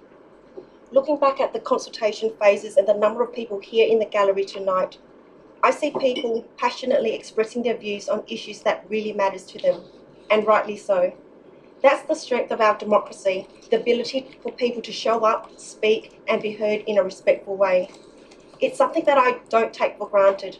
My parents came from a place where speaking out like this, standing in a public space and voicing concerns was something to be feared and not encouraged. In fact, it was that fear and the absence of these freedom that led them to leave their home country on a flimsy boat to travel across sea to find a new life in a foreign country. So when I see a room full of engaged community members tonight, I just don't see opposition or support. I see democracy in action. I see the values that make this country great. And I thank each and every one of you for being here and for caring enough to take part in this process. I've spoken to quite a few people about the PLP project, and I've received about 40 emails from residents asking me to really think twice, think carefully about how I vote tonight. One email in particular stood out. It was from a couple whose name I won't mention out of privacy, respect of privacy. They reminded me of the responsibility that comes with this role. That, as an elected member, I represent the entire city. That I am responsible, I am accountable, and to make decisions in the best interest of all residents in mind, not just for today, but for the long-term future of our community. I am reminded of something former Councillor Alan Harris said during the Broadview Precinct project. At that time, in his debate, he acknowledged the small group of people living nearby opposing to the project. And I'd like to do the same tonight. To the residents living close by to PLP, I want to apologise for the uncertainty. Please note that your comments and your feedback have not been dismissed. Change can be unsettling, especially when it affects the place you call home, but I genuinely hope that over time you'll come to see the broader value this project brings, not just to your street, but to the city as a whole. This is about creating something that serves generations to come, and we are committed to doing it right, doing it with care, transparency, and respect for those who are directly affected. If the master plan is endorsed tonight, I want to reassure the adjoining residents that my fellow council members and I will try to do everything we can to minimise the impact on your backyard. We know this is quite literally close to home, and we therefore ask for your continued input, as this is really important as we move ahead. The endorsed master plan tonight, by endorsing the master plan tonight, this council will be able to move forward to the next stage of planning. And just to be absolutely clear, no decisions have been made about the detailed design, the specific developments at this point. I know there's been a lot of talk in the community, concerns about buildings between 3 to 8 stories high, up to 300 new apartments, commercial developments, and the fear of losing large amounts of green space. I want to reassure everyone in the gallery and those watching online, those details have not been decided. Tonight's vote is simply about the master plan framework. If we support the master plan, it would allow us to begin the next phase, where we can then engage with the community and start meaningful conversations about the size, the scale, and the bulk of the project. The conversations that I've had in the broader community is that there is a real sense of excitement about what this project can deliver. People can see the long-term wins and they want to be a part of that future. This is not just a project for one neighbourhood, one sport, one club. It is an intergenerational initiative that will provide lasting benefits citywide. It's about planning for our future while responding to the current needs of our growing and diverse population. I therefore support the PLP project and endorse the master plan. In closing, I want to acknowledge the outstanding work of staff. The consultation process has been thorough, inclusive, and citywide. They've been They've provided real opportunities for people to be heard, and they've taken great care in capturing the feedback. Thank you for your dedication and professionalism. I commend the motion. Thank you, Councillor. Councillor Hall. Thank you, Mayor Larwood. There has been a lot to consider and weigh up. Having looked at all the information, I'm satisfied I can make an informed and objective decision that provides the best outcome for our community. My decision has not been made lightly. The precinct as it stands now is well past its due date. A do-nothing approach, or one with low funding or commercial investment attraction, brings with it significant downsides. One is the possibility of more decades of decline of assets and landscape. Another, an increase in council debt and consequent rate hikes if we pursue development and renewal without the adequate ability to fund it. The preferred master plan incorporates the desired aspects of options 1, 2 and 3 and includes 3 croquet courts. And this is a positive inclusion. This master plan minimises debt burden and paves the way to achieving an outcome aligning with local values and broad strategic objectives. The development of a high-quality sports and leisure precinct that offers increased space that is user-friendly, inclusive and promotes wellness is something which potentially benefits everyone. At present, the space is underutilised, unattractive and in many parts non-compliant and end of life. To not do anything, or to take that, well, in my opinion, less attractive approach, is a missed opportunity to create a well-planned, appealing and functional precinct, something a constrained budget or funds cannot achieve. Looking beyond the now and into the future is vital. I think we owe that to our next generation and all those young ones who I feel did not have a say, and a lot of the really young ones aren't here, but I think there's a benefit there for future generations that I think hasn't been raised much here tonight. Significant projects will also require forward planning and direction rather than doing a bit here and building a toilet block there. I feel a strong obligation to support this master plan. Thank you. Thank you, Councillor Holland. Councillor Standen, almost last but not least. I get to stand on the shoulders of giants in this room tonight, and especially Councillor Nguyen, the words that she spoke, talking to the adjacent residents were fantastic. Look, I want to thank the residents who've come forward tonight. Once again, it was out on a cold night. I also want to thank all the residents who took the time to put pen to paper or keyboard and contact us via email. It's my second term as a councillor, and I don't think I've received so many emails in a year as I did in a week and a half. And that shows great passion, and I know how hard it is to sometimes reach out to councillors because you think won't be heard. So what I want to talk about in my little 5 minutes is about community consultation and whether we've heard everyone and how we've heard people. So the reason that we started this project was to prevent a less than scrupulous developer from just ruining a prime piece of real estate. I truly believe had we not bought it, it would have just become another horrible big block yield development, which we absolutely don't want. So moving forward on that original vision, and it is a vision, is the path we're now on. And this is the decision of the master plan that we have before us here. I believe this particular vote is very much a vote about social licence. Have we reached everyone for their opinion in the community? And has everyone who wants to given their opinion? Do we have general social licence from the broader community to proceed to the next step? And I believe this comes down to reach and response. So reaching out to the community for their response. If this were an environment where we could have referendums, we would have both reach and response. We'd have it locked down. We'd get the reach we want and we'd get all the response. We'd have a perfect scenario where we could do a percentage on who wants what. But it's not. Response is not compulsory. Voting for your councillors is compulsory. We only get 28% of people voting for councillors. So there's a void there.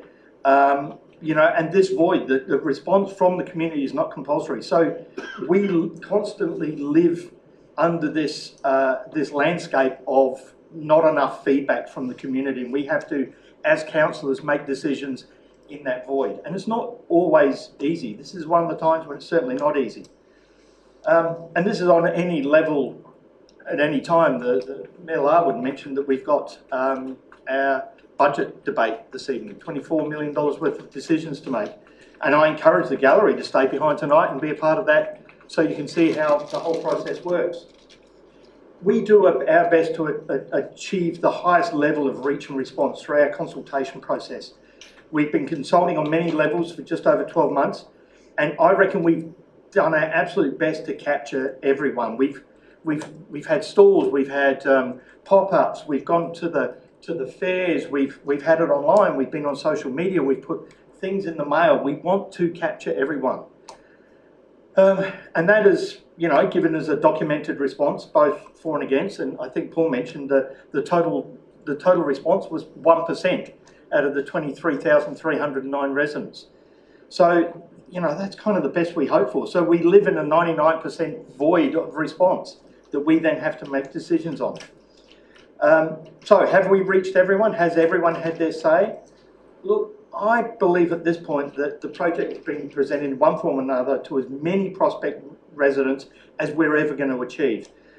Some chose to respond, and that wasn't a huge percentage. So with that, a huge percentage actively chose not to respond.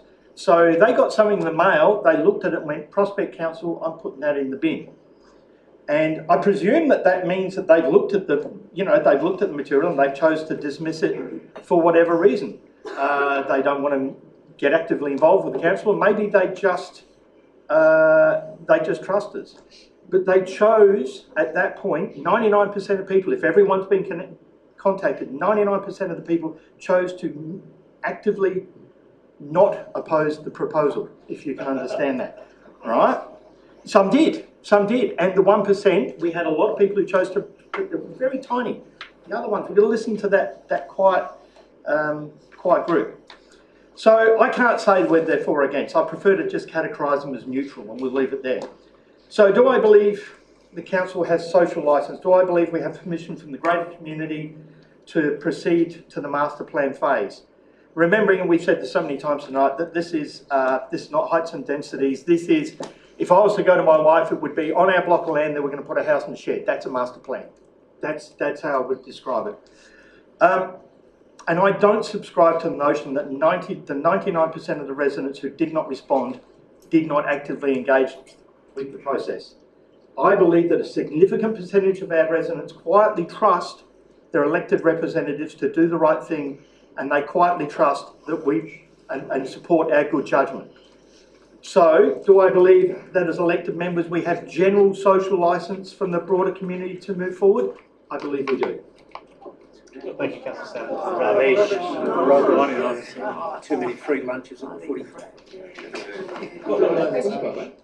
Brief question. Yeah, just in regards to the community land revocation, who is it that can actually authorise the community land revocation? Thank you, Sir. That's one for you. Through the Mayor, I suspect you know the answer to this, but the ability to, council does not have the ability to authorise the revocation of community land. It's the Minister for Local Government that ultimately the responsibility rests with. Thank you for the question. I might just share my views from the floor. Before I do, I just want to say, Councillor Groot stole a bunch of things I was going to say, and I have them written down to prove that I'm not just going to copy you. Councillor Nguyen, I love that passion. That was amazing. That really brought it home for me. And I think that whilst we may not have all said that as eloquently as you, I think we all feel that way. So thank you for bringing that really personal aspect to this decision-making process. It's clear that a lot of thought has gone into you as elected members forming your position, and I know each of you has given this a lot of thought, as it's a very important decision. I also know you will have the best interests of the City of Prospect at heart when you cast your vote. From the Chair, there's no need to restate all of the reasons why I think the master plan should be adopted. That's been really well covered. What I would like to do, however, is to ask you to consider the bigger picture, been referenced before tonight as well, And I'd like to share several recent examples of where bigger picture, strategic and a little bit bold thinking has led to significant beneficial leaps in the right direction for the City of Prospect, because as a city, we need to keep evolving, changing and growing. So let's start with where we are tonight, Payenthi. When we were going through the consultation process, some people said, this doesn't need to happen. We were self-serving and you're just building a Taj Mahal for yourselves.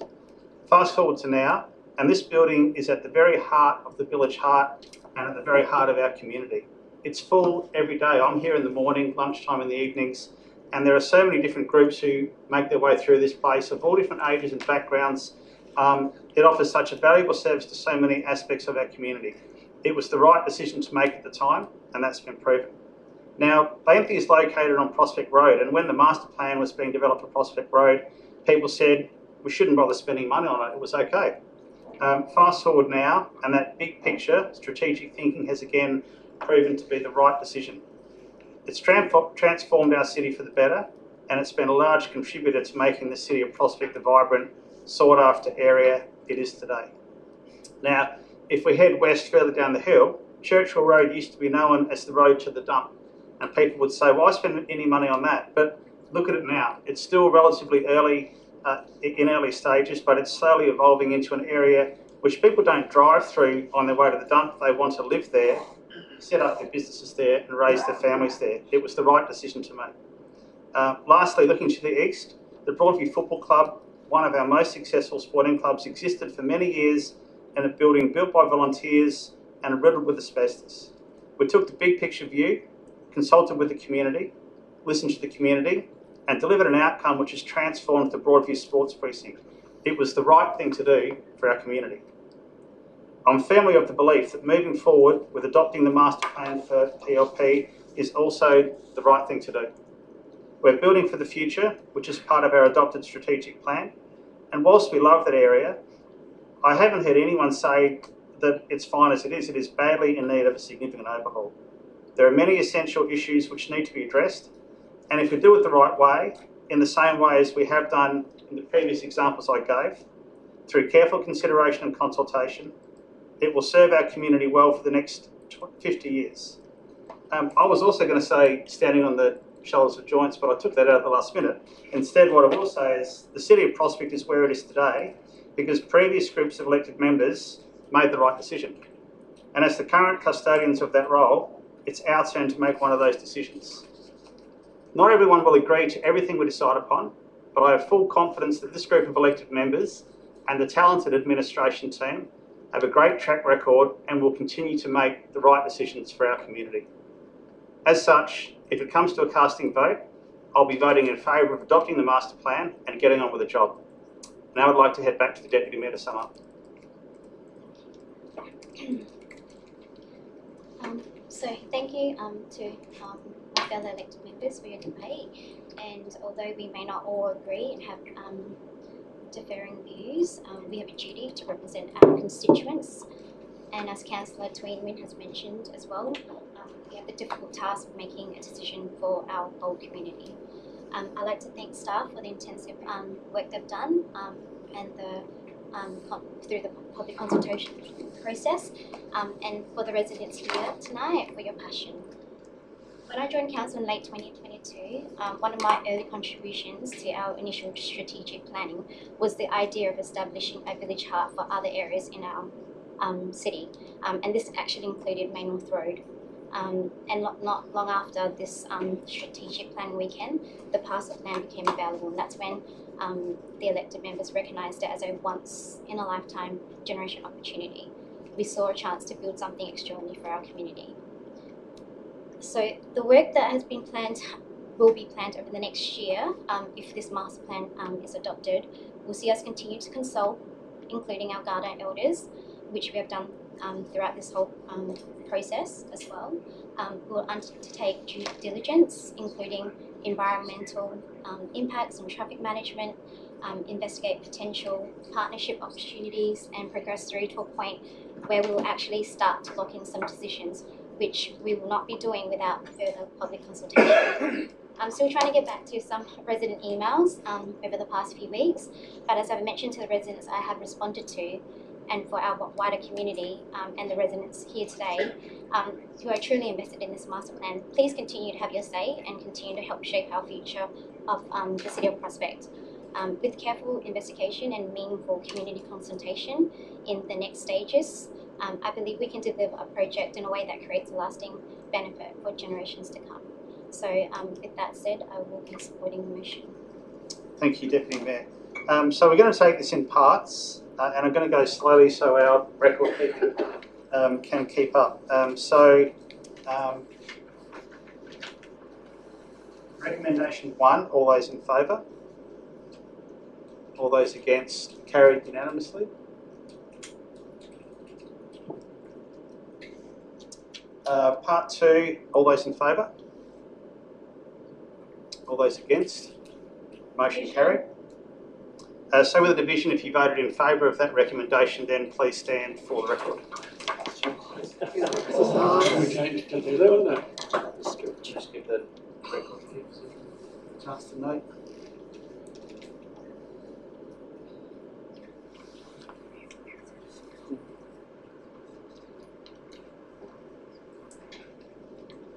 Thank you. Part 3, all those in favour? Against? Motion carried. I'll just stay standing up for a few of these. Easy, wouldn't it? Might be easier. So we'll just give the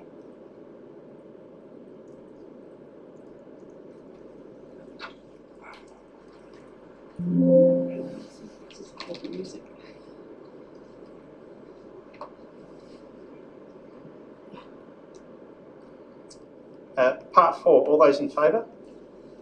All those against? Carried unanimously. Part 5, all those in favour? All those against? Carried unanimously. Part 6, all those in favour?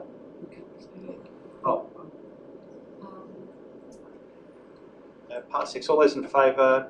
All those against? Motion carried.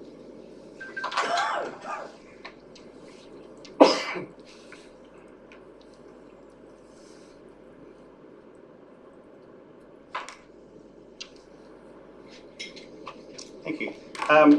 So that item's finished. For the purposes of the gallery, that's the final discussion on the PLP this evening. You're welcome to stay if you like for the rest of the meeting, but if you don't understand, thank you for coming, and I'm going to call a 5-minute recess.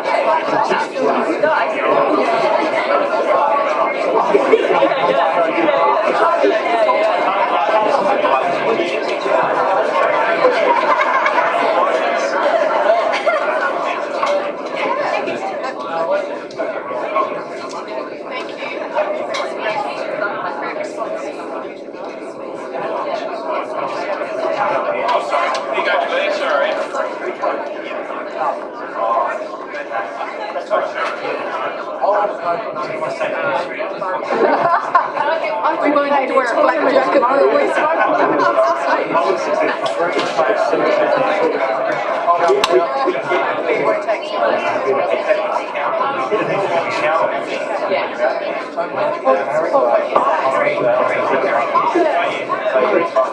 I think you touched on everything that we spoke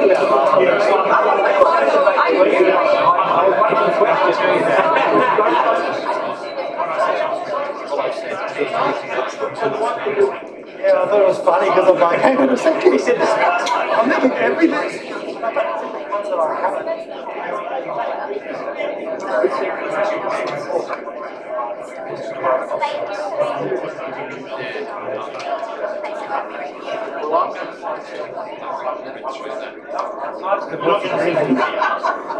I just push what I think is right. Sorry, I don't have to. I don't always agree with everyone. I disagree with Marcus. I believe that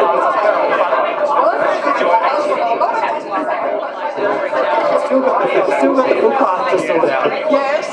I'm very angry about that footpath, to be honest. Yes, because someone made an decision to raise the floor level, and then they pushed their TDA compliance onto the footpath. And as far as I'm concerned, that's their issue to fix within their footprint. What worries me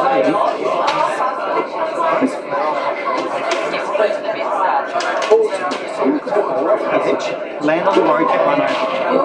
You could have someone on their cycle going down that road. They're rocking on that. And there's so much.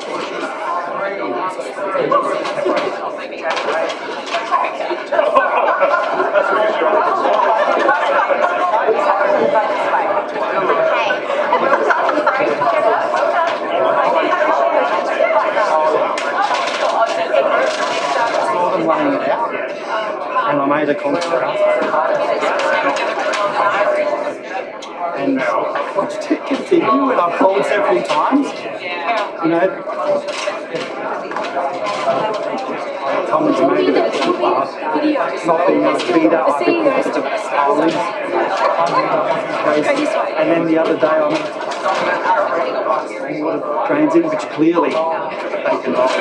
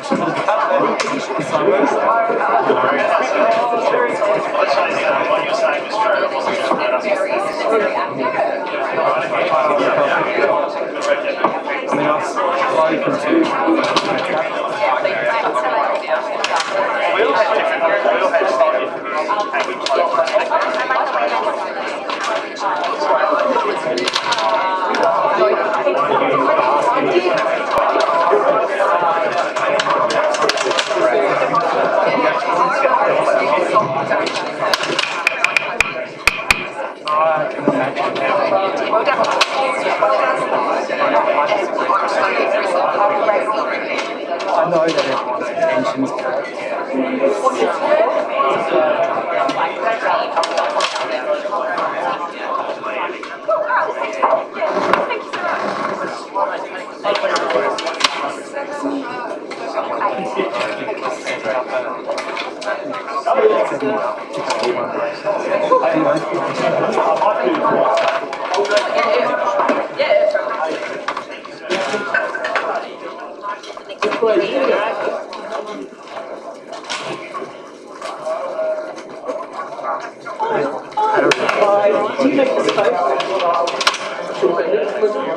I can forgive you. I don't agree with you, but I forgive you. I let back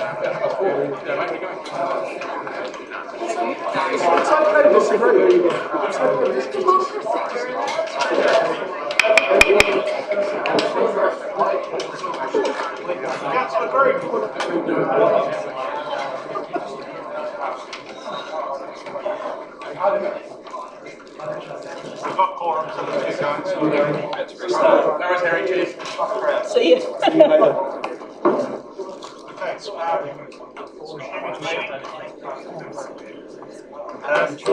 yes. Item 10.2, discretionary rates, rebates.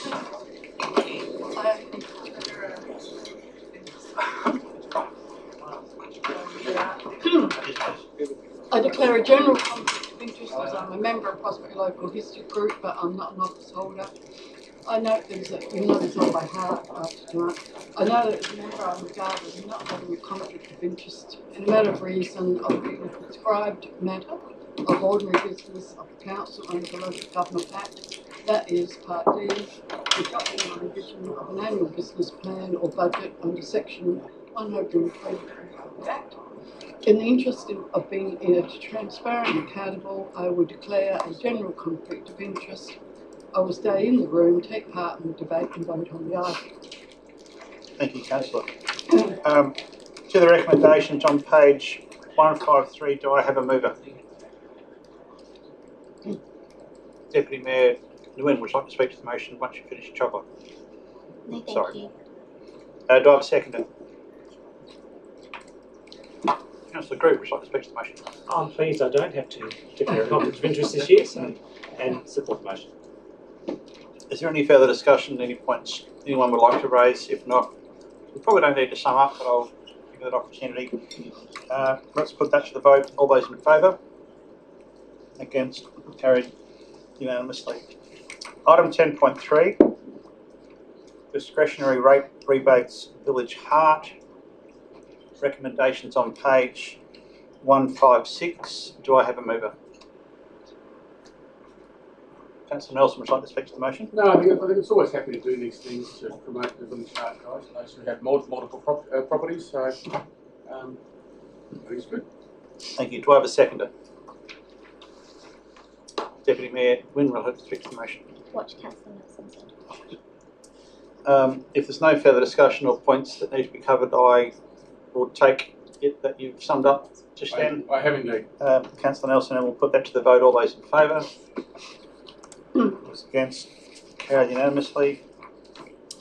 Item 10.4, annual business plan, budget and long-term financial plan, adoption and rates declaration. Great piece of work by the team. We have another declaration, Yes. I believe, from...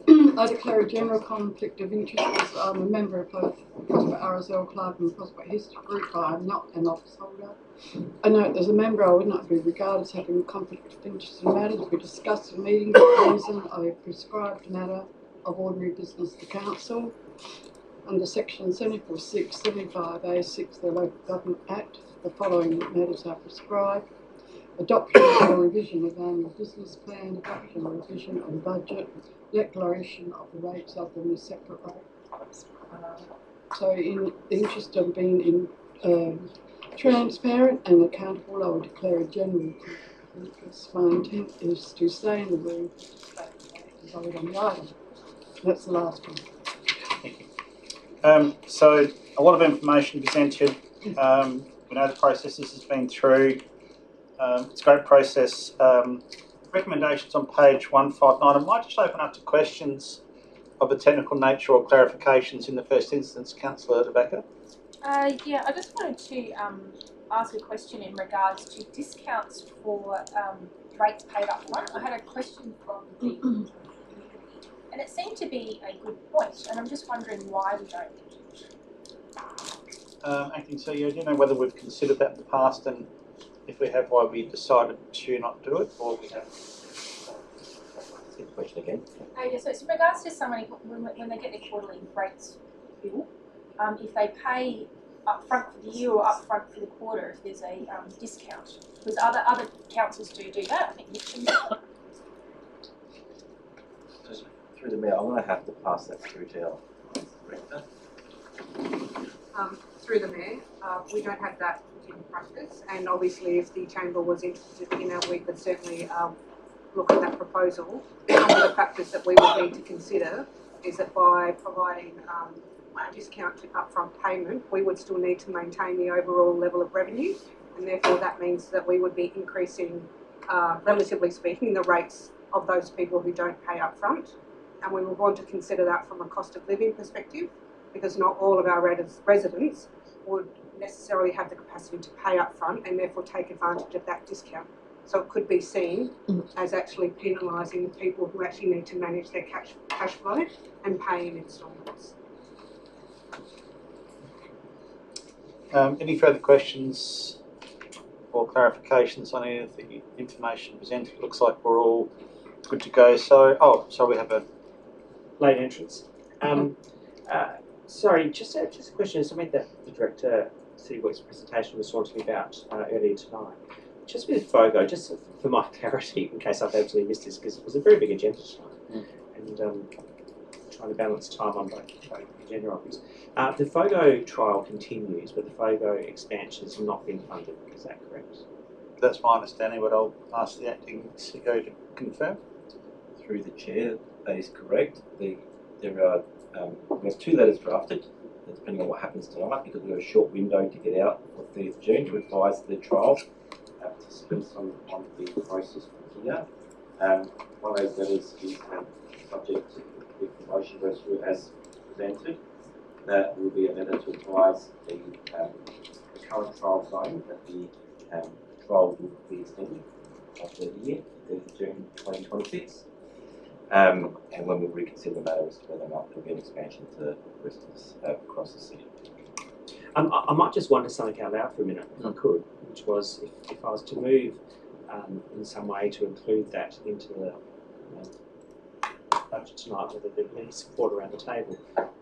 My track record for tonight has not been good so far, so I don't necessarily would get up, but I'm just curious as to whether anyone else might. Include the FOGO in the budget. Anyway, That would be... I was just asking a philosophical question, a rhetorical question. Well, I think the only way to test the waters on that would be if someone was of a mind to move an amendment. I would say that would be my thoughts. Acting CEO? Yes. So if members were minded to consider that, there's a couple of options in that regard. One is that there'd be an increase to the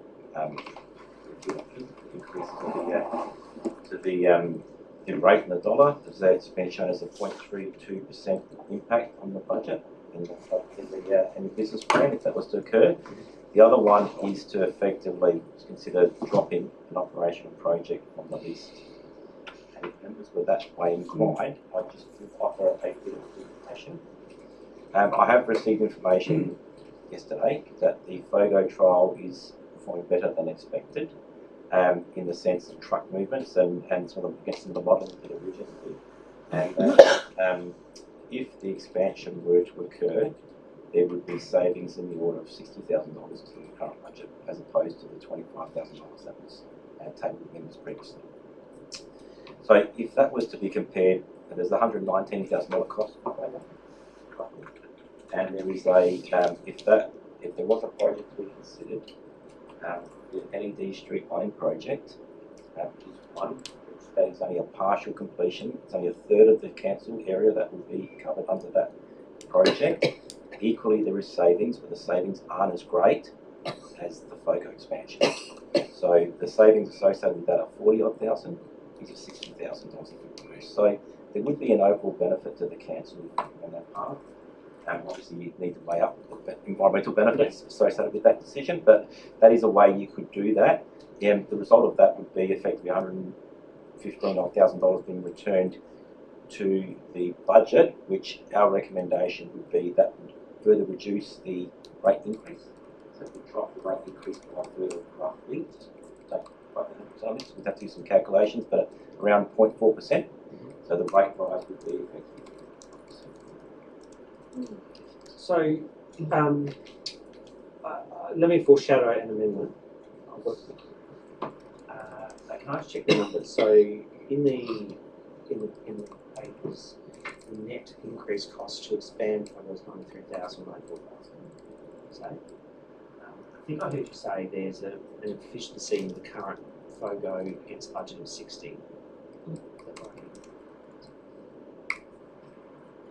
I think I heard that numbers that have come back recently suggested that the benefit gained had, by cost reduction, had gone from 25 to about $60,000. Okay, so a net change of say 40. 35. Yeah, 35. Okay. So then we're looking at $60,000, which you think? Sorry, if it's 90. Let's round up numbers. $95,000 to expand, $35,000 saving some efficiencies. That leaves 60. The LED light program will say is 115. LED light, Through, yeah. Apologies. The LED lighting upgrade, if it was only the $210,000 price, would cover about a third of the council, and there's $40,000 project. So versus $60,000 with Okay, so you're not looking at cost, you're looking at savings. Just on the back of that, if FOGO was expanded and we're looking at those outcomes based on the current trial, does that have an impact of a greater magnitude? Or are you talking about that saving is if we did expand the trial, the saving would be up to 60? So if the $93,000 project was to be supported, it would be effectively a ongoing $60,000 saving to the council for the 1 day that we've currently got, plus the 2 additional days. Yep. There will be further savings, obviously, if we put on the additional 2 days. Yes. Okay. Well, okay. No, I got you now. So I'll foreshadow an amendment I really don't like doing this on the death knell of these debates. I've heard you tut-tut at other people before. I have tut-tutted many times. I might even still tut-tut in something else in the death knell. But it is one that we talked about and we debated a couple of months, and we kind of keep going back and forth. There's a strong way forward, at least to do it, extend it, call it a trial, do it for a year, in terms of insulating cost blowouts. We can do it for a year and then make a decision this time next year as to whether we continue. So I'll just foreshadow that. I'll try and write something up this one to win. But just while I've got the floor, the other question I had is just in terms of the payment of insurance premiums for the Prospect Library, Prospect Local History Group. Is that going to set a precedent, and will there be an expectation that we have other groups coming to us saying we can pay it for them, why not pay it for us? That's my nervousness around that. It wasn't recommended in the workshop, albeit FOGO wasn't either. Very small. It's not a material amount, but I'm just concerned more about the precedent, not so much about the funding this particular one. If that's not a question, which it doesn't sound like it is. Is it going to set a precedent? I'm not sure whether you can answer that.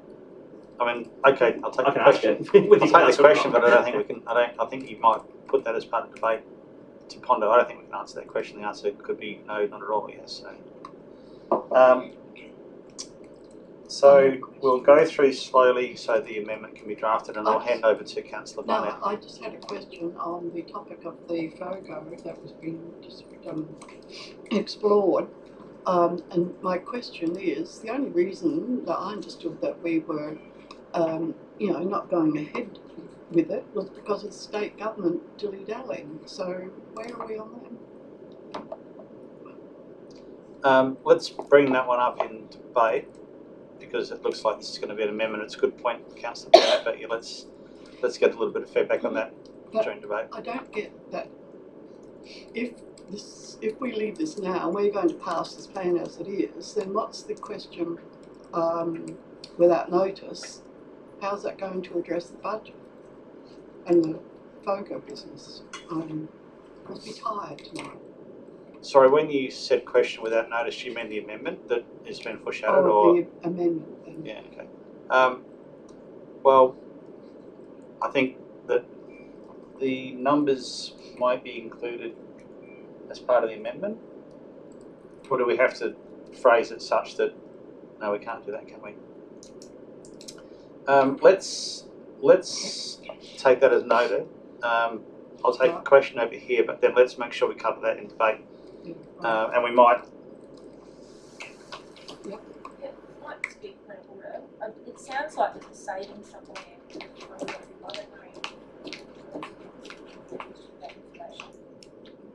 No one has. Because the thing is, I guess, you know, if one member's had that briefing, then. Can you clarify that? Oh, Acting Chair, can you clarify whether that information's been made available to everybody or not everybody? Through the Chair, that information has only come to hand in the last 24 hours. There was a conversation I've had with Councillor Green, very late in the prior to this meeting, just to advise that additional information had come to light in that regard, but there had been there was that opportunity. So effectively, just to clarify and to give the context to all members, there, as I said, there's some additional modelling that's been undertaken by the consultant Vortec, who's been supporting the FOGO trials across Adelaide. They've looked at the truck movements and identified that there are some additional savings beyond what they had modelled, particularly because of the low opt-outs and the low opt-ups, as well as the less costs associated with the truck movements coming back associated with those additional opt-outs and opt-ups. So the net result is that the budget bid that was presented had shown a $93,000 cost to cancel, including ongoing savings, with net ongoing savings. So it's $119,000 to actually roll out, offset by savings. There would be, instead of 25 ongoing, there would be 60,000. So that's the effect. The only information but that was observed on the way.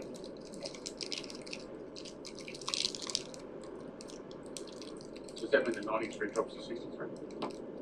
As there is a direct. Sorry. No, I should be adding that up.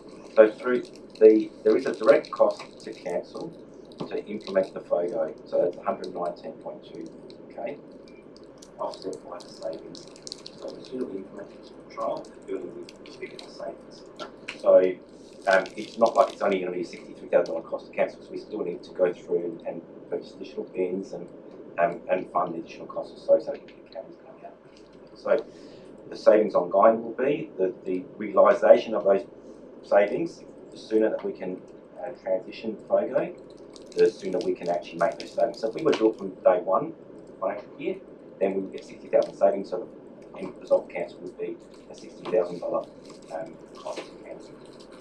We're not going to be able to do that. I'd need to re-engage with East Waste to see where we are in the pecking order, because a number of councils are progressing to further expand their existing trials. So we need to jump back in the pecking order to when they could actually fit us in. Okay, let's keep going with questions, clarifications. At this point in time, Councillor Greg. Sorry, just to assist what I might or might not be writing. So, if we were to approve that change, there would still be a surplus that could have the impact of reducing the rate. Question for mine, just on point 6. I know in the workshop we did have, this was discussed, and we all, I believe, I could be mistaken, all believe we sort of all kind of agreed that we should have a workshop on it, because this is a significant, not a significant amount of money, but a significant step in the fact of setting a precedent. And there should be a workshop to discuss things with the group. So, what is the long-term plan? This is sort of a bandit on the board to a certain extent. So there was a discussion there to take it into a workshop. I think it's just with the mayor following the workshop as well. I didn't think this was going to be included trying to go to the workshop. So just a rhetorical question, but how did this actually get into the budget without when we asked for a workshop? through the Mayor, there is no change to the budget and from the annual business plan has gone out to consultation. So effectively, Councillor Grigg is foreshadowing the potential amendment to the existing motion that flagged the inclusion of FOGO. Yes, sorry, Sam, to point 6, which is the... sorry, apologies, I missed that. Sorry. Yeah. Well, I get it's not in the budget, but it's in the papers, which now, if we vote against it, we now look like the big, hairy, bad wolf. Whereas it shouldn't have even gone in there in the first place. It was supposed to be as a workshop. So, for the Mayor, I might go through the Director overseeing corporate services, provide some further detail on that regard. Through the Chair. So at the budget workshop, obviously this item was put on the table, and what we took away from the meeting was that there was the desire from the elected members to have this as a separate item, a separate recommendation within the budget papers. That was the message that we took from the workshop. There was advice from the Director of City Strategy at the time around the fact that there were conversations continuing and that there was going to be a report coming to Council to provide further detail in relation to the ongoing nature of the support and relationship with the history group. So we certainly heard the workshop come up in discussion, but our understanding of what was resolved, wasn't resolved because it was a workshop, but the feedback that we received was that we needed to put this as a separate item so there could be a decision made at this meeting whether to support that or not. It's happened now. I challenge that, but I certainly had a discussion with the Mayor following that workshop, and it was our desire to have a workshop, not have this included in the motions. We could consider a variation to the motion to add that in, or we could take. It's already been added, or do you mean to remove it, or to add it in the? We can take it in parts and we can vote against it, or we can remove it. We've got a few options. So when we get through questions and we get into debate, then if you'd like to consider that, then. That's obviously. I understand your point. Yeah, it's just one of those things. It's to spend time debating that now without being able to have all the information. Yep. I'd love to have a deputation there from David Kilner or whatever it is to understand more about what this is and what the long-term plan is, rather than trying to debate it over a single line item. To me, it should be, in my opinion anyway, it should be removed and it should be debated after the vote. I might ask the manager for governance to have a bit of a think about how we could approach that whilst we continue to take questions. Councillor Stan. Not really a question, more of a comment. Is this the time? Well, we're taking questions at the moment, so question. we'll keep comments. I'll ask. Give it a go, Councillor. Right. Okay, so in the document we were sending out, the annual business plan, budget, long-term financial plan document, which is attachment 3, do we think it's appropriate on, we'll say at page 179 of the actual overall agenda we've got here, to have the 3D plan of the PLP in there. We discussed it this morning, and also on page 189, another artist rendering. Do we think it's appropriate to have those two images cause so much grief to have them in perpetuity in a document before they've been approved? Acting CEO, I think we discussed that this morning, and I believe the decision was that we would take those images out of the document. So, through the Chair, the still acknowledge that those figures that caused some angst over the last weeks. In that regard, there was a conversation this morning, and I believe the motion allows the flexibility for staff to make some minor amendments with respect to that. So it's definitely the intention to alter those. Copy that. Any further questions? Councillor. Yeah, I just want to, on point 6, did you, sorry? Oh, sorry, I'm waving.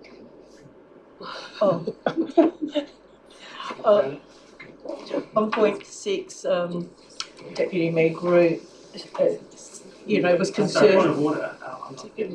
Oh, well, sorry, Councillor Groot, former, yes. He voiced concerns about setting a precedent, and Councillor Nelson also thinks it's quite irregular. But there is actually still in the process of the MOU, and it's, you know, there is support for ongoing financial support with the group in recognition for what they do, which I believe is you can distinguish what they do, I think, when you compare to other groups. They are, you know, in particular, the air raid shelter, you know, its activation is, I suppose, it has ties with the council. They are not like other clubs, say, that they can just, you know... We'll just take questions at the moment. Okay. So if it's a question, I'm happy to take it. We'll get into debate. There is there is advice here. It says here, advice suggests that the MOU is likely to support ongoing inclusion, to, you know, as a recurrent. Is this? Yes. Sorry, is there a question? Yes. Does this actually have impact on the decision of, you know, including this? We've been supporting this for the last couple of years, and there's a likelihood it will happen in between. Is it seen as irregular by council that this is included this year as an interim decision, if you know what I mean?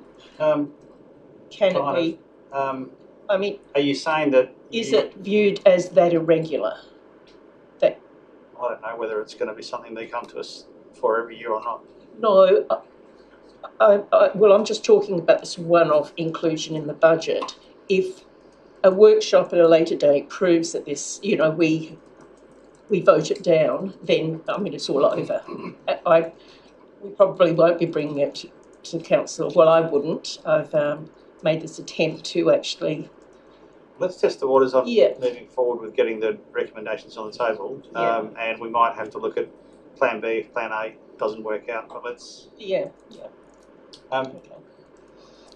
Oh, question from you, Councillor Group. Yeah, what a surprise. So just a question. I have just sent off the amendment. Can that be incorporated as part of the recommendation, or do you want me to move it as amendment? Well, you could move the recommendation with the inclusion of an additional point, because at that point in time it's still just a recommendation. So if you chose to move it, then you could do that, and we wouldn't have to consider it as an amendment. Okay. But you'd have to get in first. But see what happens. So we'll keep that there at the moment. So if there's no further questions, because we do have debate, if there's no further questions, let's call for a mover for item 10.4. Oh, me. Oh. Councillor Group, would you like to move those recommendations? I'd love to, and if it's okay, I'd like to put an extra 2 recommendations in. I believe that's your constitutional right to, section 27 says that you can do that. 27A. Oh. Look, certainly endorse it. So, thank you, Ben. So I've said there the following changes made to the 25-26 budget incorporating inclusion of FOGO, trial expansion, removal of the SAPN LED lighting upgrade. Hopefully I've got the right project. Noting that the expansion of the FOGO trial will give savings in excess of what will be delivered as part of that LED lighting upgrade. So just to provide some of that context, and should 14 be approved, council expenditure be reduced by the value of the realised savings resulting in a reduction to the residential rate. So maybe a reduction to the residential rate in 25%. So happy if there are some variations to those words, if my grammar's not correct. That's the time. Yeah, is everybody happy with that wording, or would anyone like to include a variation to that? Councillor Beck. In removing something, we're also dropping a service level. So I guess, yes, we're saving money, but it's something we're not delivering. So I'm just wondering how captured that was into it, because I guess that, We still have lights on. Yeah, saying that, but I don't know if the lux levels are different. So things like lighting at night make a big difference to walking streets at night, things like that. And so I don't know what the service level is for this, and I'm concerned if the LED lighting upgrade would actually improve footpaths, for example. So maybe we can direct that as a question to. Yeah, I'll do it in debate. That's fine. Oh no, we can direct that as a question. So the question is the move to LED simply a cost-saving exercise, or will it result in an overall improvement of that service that we're delivering?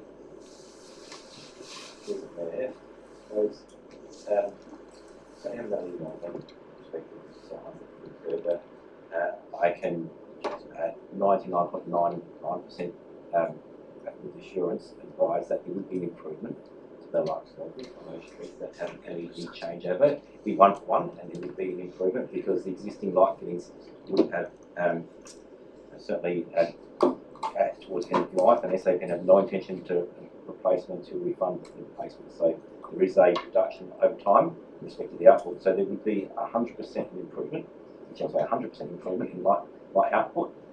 However, so there would be a service level improvement with respect to that project.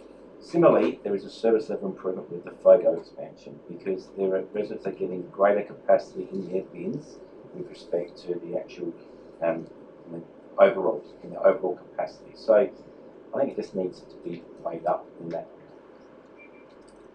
So one more question. The LED lighting is not off the table, it's just not for this year. Is that correct? I think that's what I'm getting out of it, yeah. And the acting CEO is agreeing, so. I've got a question over here. I haven't actually finished moving, so should I finish moving first? Let's give that a go. Okay. Noting your question. I can amend the motion to you. No, I just sorry, I hadn't actually planned to move the whole budget, but look, as is, but these things happen sometimes, don't they? Here we are. So I would probably just say a couple of things. One is, as I do every year in the budget, there's a lot of work that goes on behind this. This is like the tip of the iceberg in terms of everything that permeates, and I realise that by making an amendment tonight, that the staff will be going home tonight thinking, what has he done, what have they done, and tomorrow we'll have to recast rates for 10,000 on property. So I'm aware of that, but I think it's a better outcome. I think if we get a slight rate reduction as well, that's a really good point. I was interested in Councillor Nelson's today or tonight around we're now 5th highest, which is still not probably where we want to be on the leaderboard, but better than the 2nd or 1st. This might take us to the 6th or 7th, I don't know. The other thing is I'm not ambivalent, but I do have some slight concerns around the payment of the insurance. I think to the point it could go, it's an immaterial amount, but it's interesting that it's going to be made as a recommendation.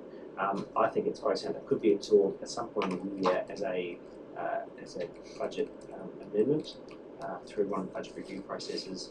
And I'm concerned, and frankly, would expect that other community groups will come and talk to us about their costs of insurance, which is a huge burden on the community organisation. It is large and significant. You could choose to move the recommendations with the exclusion of that item if you so wished. There's something on my shoulder saying yes and something saying no. Look, I'm not going to, and the reason I'm not going to is because I would, unless everyone gave me a nod and said that they're happy for it to go, but I suspect there's people that would be interested in coming in, and to save an amendment process which will take another 15 minutes shortly, to put it back in to vote on, I'd rather leave it in and have it voted down, even if that means we take it in parts. Have it taken in parts? Yeah, I'm not. I think if we do take it in parts, I probably won't vote for it, not because I don't support the local history group, but more around the principle and the precedents we set as a result of this. It might be that in future budgets we look at how we provide support to community groups around insurance, and that should be a considered thought and process rather than just something that happens on the fly. So beyond that, I support the budget. I think our rate in the residential rate is reasonable, and we think in what we've done. I accept the comments about some of the imagery as well. I'll leave it at that. Thank you. Do I have a seconder? Councillor. I have a second. Yeah, look, I think the amendment there I think is excellent with regards to the change out into the FOGO. I was avid against the FOGO for some time. Or we had shush. It's my. I've got the floor now. Sorry. Well, we're going through the issues with the legislation, but I think that's going off on a tangent now, and it's going to take a lot longer. They're going to push it out past the next election process. So I don't think it's something to worry about in these early stages. So I think to bring it in now, I think is a very good move. I was going to look at a variation to remove point 6, not because I'm against the local history group, but just regards to the process of this coming in. That's my big thing when we think about the governance of the processes that are happening. And I'm sure we've all received emails in the last couple of weeks from a certain community group member asking for financial funding again for this year for a major event. And I've had a long chat with them regarding it's the wrong process, it's the wrong time. You have to come and do a deputation, you have to give us the value, you have to do it at the right time. Either it needs to be before February or make it as part of the budget review. You can't just slide it into the budget, and I think that's what I'm seeing here. So you're certainly taking this in parts, and only for that reason alone, I won't be supporting item 6, because I think there needs to be a better process rather than continually putting a band-aid on a bullet wound.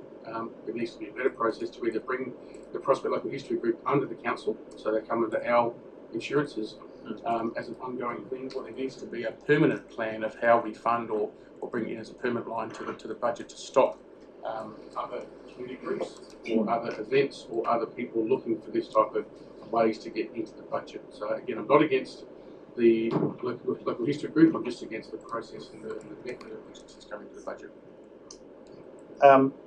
Okay, so we can deal with that by taking it in parts. I don't think it would meet the criteria for a variation. I think it's too much for substantive change, therefore it would only be an amendment, in this case a negative amendment, and I don't know what I'm talking about there, so let's just take it in parts. Yeah. So we have a mover and a seconder. Any further discussion? Oh, hang on, everyone put their hands down. All right, any further discussion? 1, 2, 3, sorry. Brief notes and no need to repeat anything else because we're moving on the time. Just sliding down to the, is it amendment now by Councillor Groot? No, that's part of the recommendations that we're voting on, yep. Yeah, well, talk about slipping things in and process. That did not go out for community consultation. Similar. It did. What? That the FOGO was going to be funded.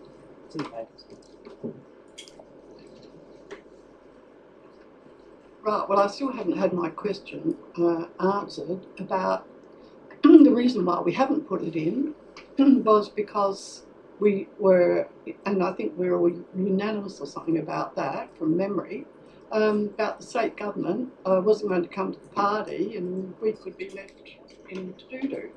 So what's the answer there? So, because I won't be voting for that even though I like the project until we can be reassured. Is your question, have we had any further clarifications from the state government with regards to their position on their previously stated position? Acting CEO, is that enough for you to... Through you. I think what I can add is that the point of concern that the council had and is raised on behalf of the council was that without a underlying mechanism to have be able to charge a fee for those that opt out, it was risk that we could be exposed to a significant cost increase, as opposed to, yes, the environmental savings would be there, but people would continue to opt out and it would become effectively a high cost impost to the council, potentially to the tune of $300,000 at the time, after a citywide rollout.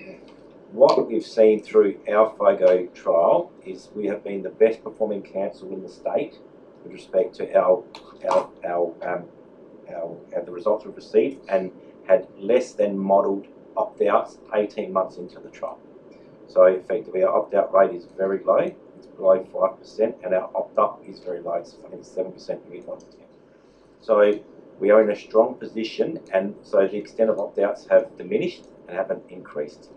So notwithstanding the fact we don't have the safety blanket of a fee to help offset, reduce our costs, we're not seeing that as such a significant risk as it was potentially 18 months ago, and certainly the politics associated with the Liberals' position on this has been, certainly hasn't been as pronounced as it was early on at that time.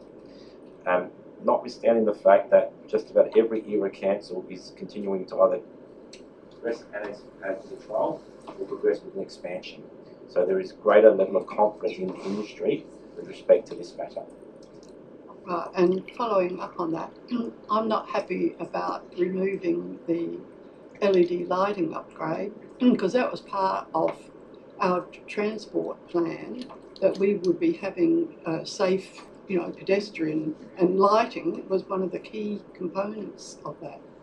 So I'd like some advice on not removing the, if you want to include the FOGO, and then whatever the savings are, but keep on with the LED lighting upgrade project. So I just need advice on what that means in our budget, because we're talking about savings here, but it's really false savings when you're not carrying through with what we said in our transport plan. So it sounds like Councillor Barnett would, I can see what you're saying. Maybe we don't have to necessarily achieve a saving, maybe we can neutralise the difference and retain some aspect of the LED upgrade. Because we're running a surplus. I mean, what are we using the surplus for? Well, with that in there, there's an impact on our rates. It'll bring it down potentially from 3.9 to 3.5. But could we add? We're making things up on the go here, which is dangerous. But so, I'm trying to read through the lines. Obviously, Councillor Barnett would like to try and preserve an element of LED upgrade. The integrated transport plan does have an action that relates to improved lighting levels on certain roads and designated walking routes, but we haven't signed off on the integrated transport plan yet. However, this does sort of align with that in that regard. It certainly just replaces one will improve lighting, but not necessarily to effectively understand it if like we're pushing for as an outcome of the action of the IT thing. Notwithstanding that, it's going to get a little messy, but an option could be to effectively retain the difference in the LED project.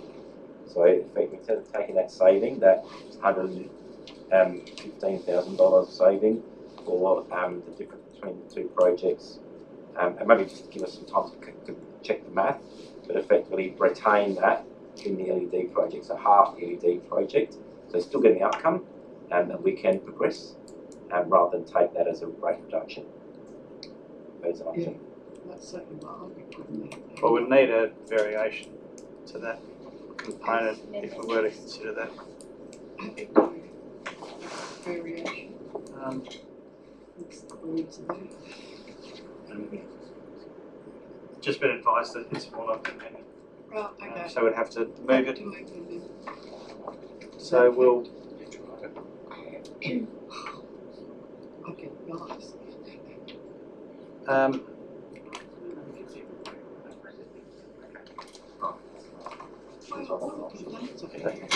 CEO, acting CEO, what have you got for us? Sorry, there is one other option, members. We have a $470,000 surplus. No, a bit higher. All right, in fact, I'll go through the director, but there is another option where you effectively reduce your level of surplus to fund this project. So, through the chair, the acting CEO is correct. You could choose. So this budget that went out for consultation included the LED project in full. Yes. That's in the order of $211,000 as an operating project next year. What we included in the draft budget was, at your request, was also the projects that you didn't fund, and we advised the community what the additional rate impact would be if they wanted to support any of those projects specifically. What we advised for FOGO was that it would be an increase in an additional 0.38% of rates.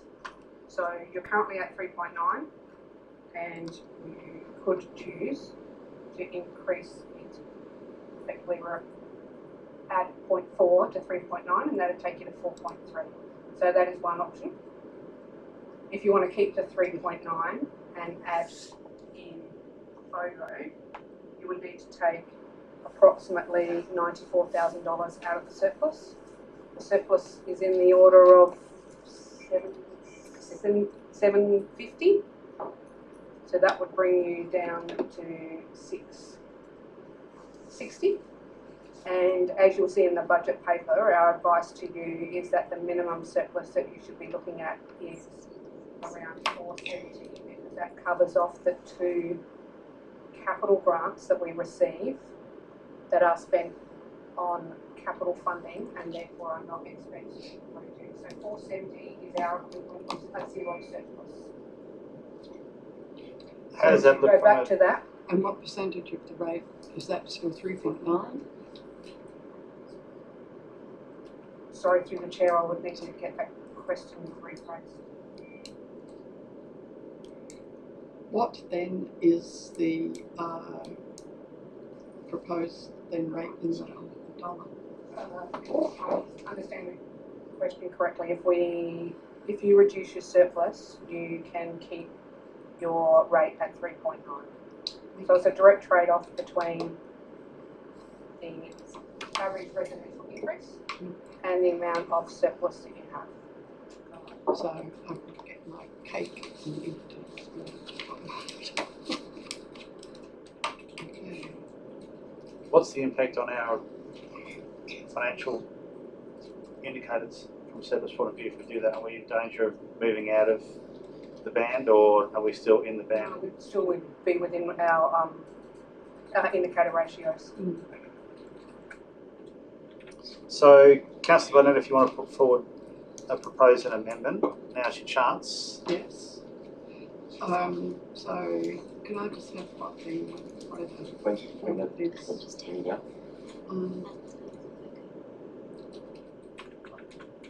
red one?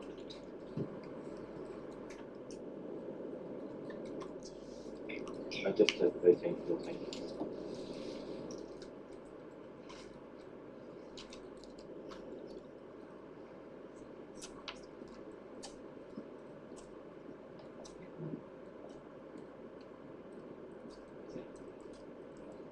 Right, so the following changes. So we're still keeping the inclusion of food and trials.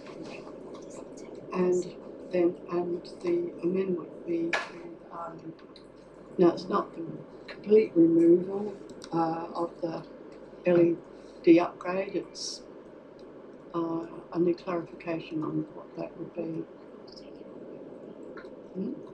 No, it was to retain half of the LED lighting upgrade project.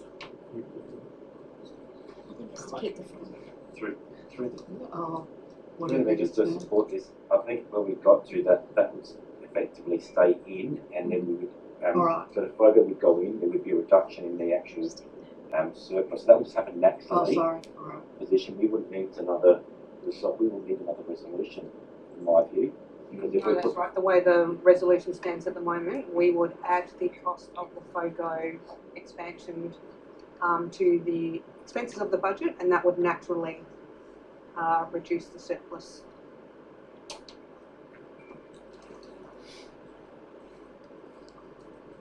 So in that case, we don't need to even mention the LED lighting project because it's already in there. So all we're now talking about is the inclusion of the food organics, the FOGO expansion.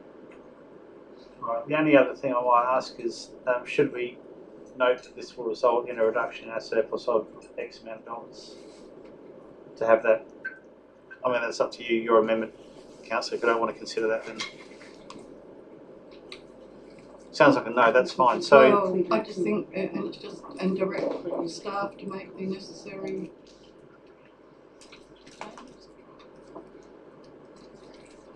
Well, we can't direct staff, but I think we should be clear about whether the chamber yeah, whether we want any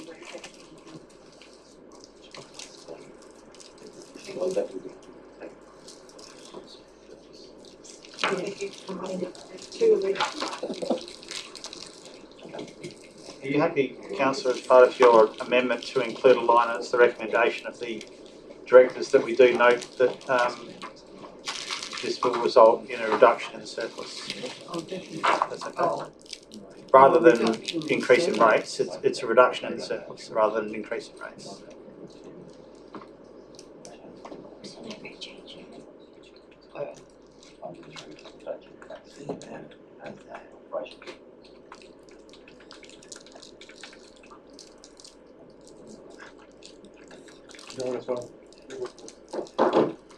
councillors left. I reckon they're all. Oh, sorry. Not now. Melody? You're welcome. What's that one? Ask him to show his seat. Is there a glass of wine go with that?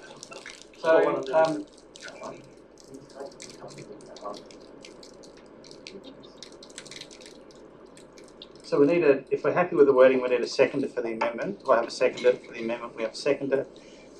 Is there any discussion on the amendment before we vote on adopting the amendment? Look, I've said this probably for 14 years.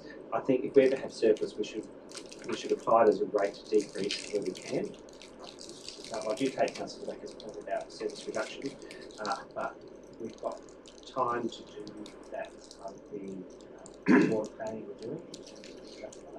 I think I would rather apply that to people's cost of living at the moment, to have a slight rate decrease rather than trying to do the other thing I haven't heard yet is capacity, because we're now actually on a project where the net outcome of 0 before, now it's a net outcome of +1 into the project. I was asked if staff are confident they've got capacity and resources to actually handle both projects. I think so, yeah. Through the Mayor, I wouldn't have recommended if I didn't think that was the case. We certainly address on the basis that the SAPN project is certainly a relatively simple one to enact. It is effectively largely in the hands of SAPN to work, so not with it. Any further discussions on the amendment? If not, we'll put it to the vote. All those in favour of adopting the amendment? Against? Motion carried. Is it just? Just you. Missed that. So now we are. You can't. Christina, now you are the owner of the motion, having proposed the amendment. We don't have to talk any more about it if we don't have to. I'm happy to take it in parts and put it to the vote to keep moving if we're happy to do that. The whole motion? No, we're going to go in parts. Unless there's any other. Oh, sorry. So we're speaking to this motion, the whole budget. Whole budget. Okay, all right. Yeah, it's good to be able to. That's why Councillor Standard.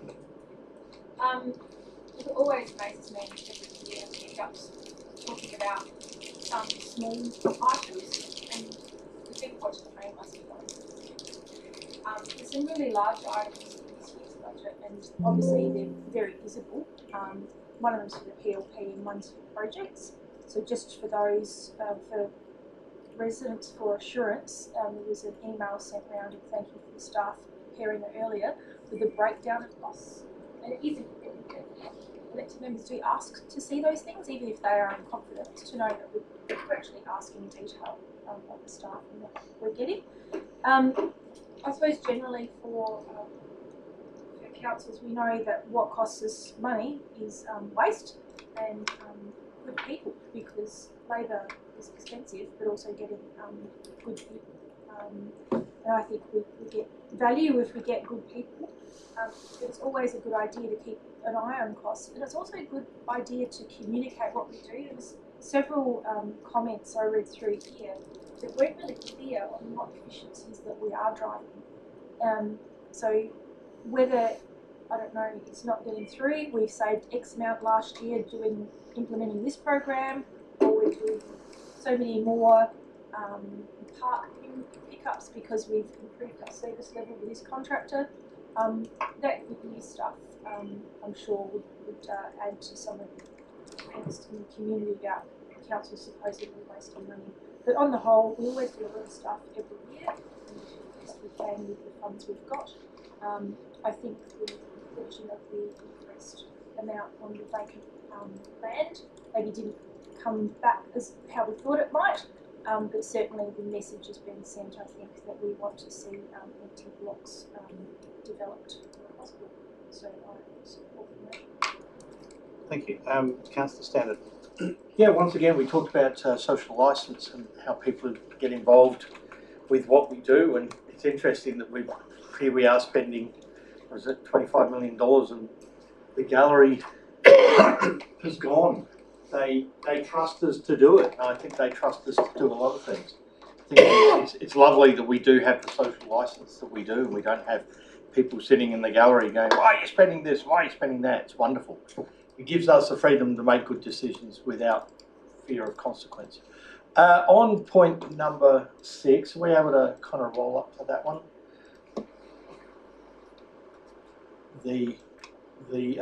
I think we could probably, I understand that it sets a precedent in governance, but I think we could possibly allocate this $2,500 and use the time in the next 12 months to head off at the pass anyone who thinks there is a precedent. So I think we can do both things. I don't think allocating the money this time is going to open a floodgate. We can close that if we think that's going to happen. We can actually we can shut it before it does. I am worried that if we do vote that part of it down when we take it in parts, we also lose the future report that's going to be provided as a part of that will help help them budget going forward. So we lose the mechanism by voting that down. We also lose the mechanism by which we can fix the problem, which is kind of a pity.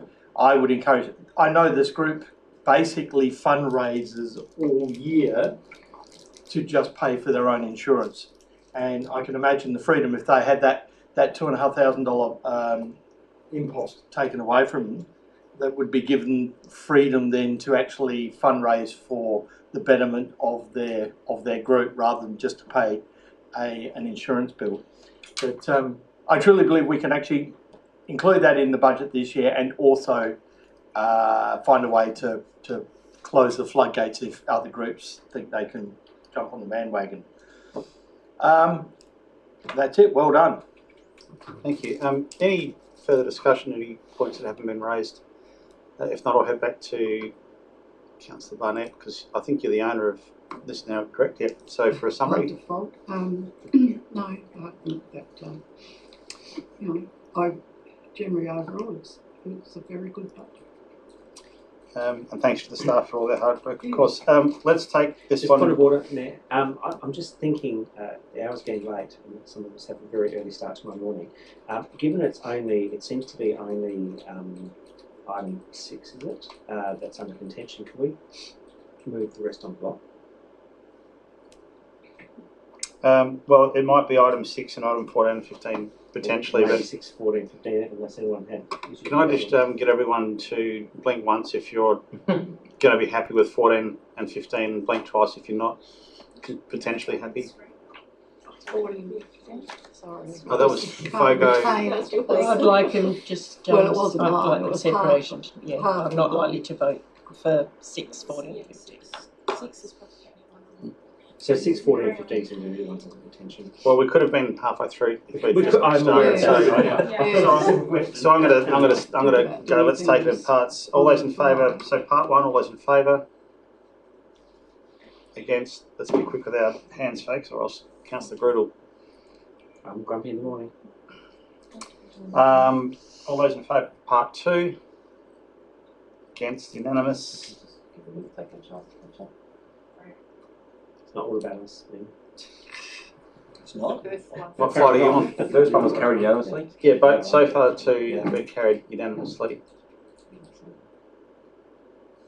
Copy and paste. Nice.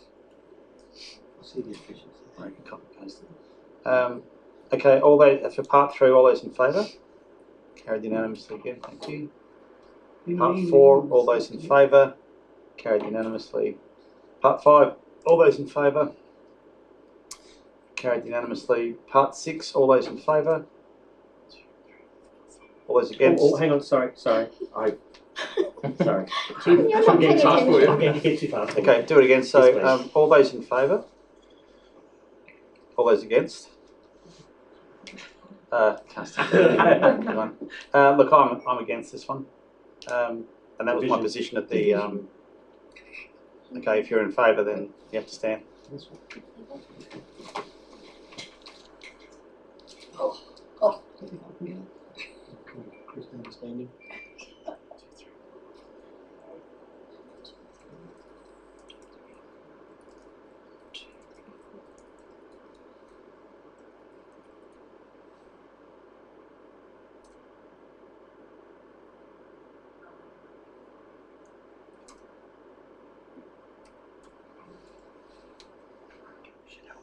ladies first.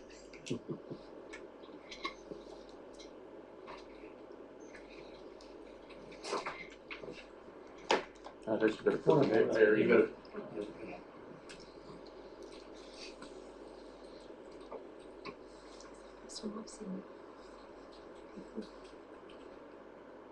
I'll vote again. Yes.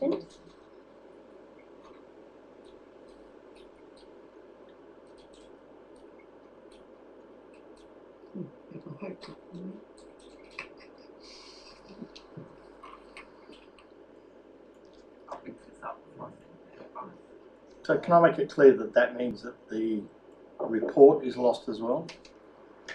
Yeah. Just a recommendation. No, the report within recommendation 6. Yeah, the whole thing's lost. Let's move on. Request a workshop, like was discussed, the best options might be in future, mate. Item 7, all those in favour? Unanimous.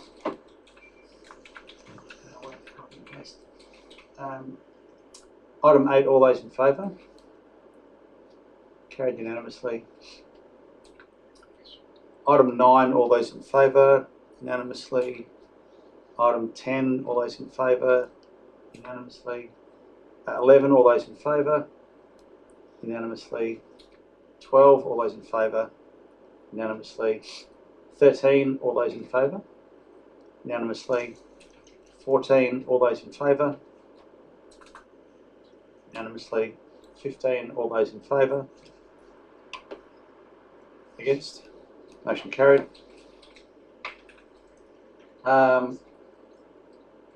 Now, is that the end of?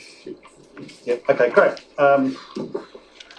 Let's just move on. Reports for information. There is one report for information. Oh no, hang on. There's 2, 3. Would anyone like to reserve item 11.1? Anyone like to reserve item 11.2? Anyone like to reserve 11.3? No, I've got a random question and I don't know if I can answer it. Just give me a minute. Meeting's still live? Just give us a second. Okay. Well, the meeting's still live, yeah. Yeah, that's what Anyone like to reserve 11.3? Let's move on block then. No, you were just asking whether the meeting was still being recorded, right? No. Oh, Yeah, I was asking a question. okay. So now that we've done that, I'll take a question. Excellent. It was one that I didn't get a chance to answer before in debate. The first item of the night. It was to do with the CLMP, which is the Community Land Management Plans. So the question is, Okay, so we don't appear to have a CLMP attached to our Community Land Register online. Is that something that is available to elected members? So currently, I think last year was $15,000 paid for legal fees for a CLM to investigate the CLMP. That was.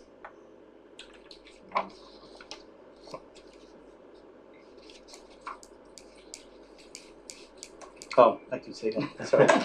Sorry, Matt. Just jump in and try and make that through the mayor, the council does have community land management plans in place. There is no active project that I'm aware of, but certainly not in the last 3 years with respect to community land management plans. There was an item in an agenda last year, a budget line, that said that the CLMP for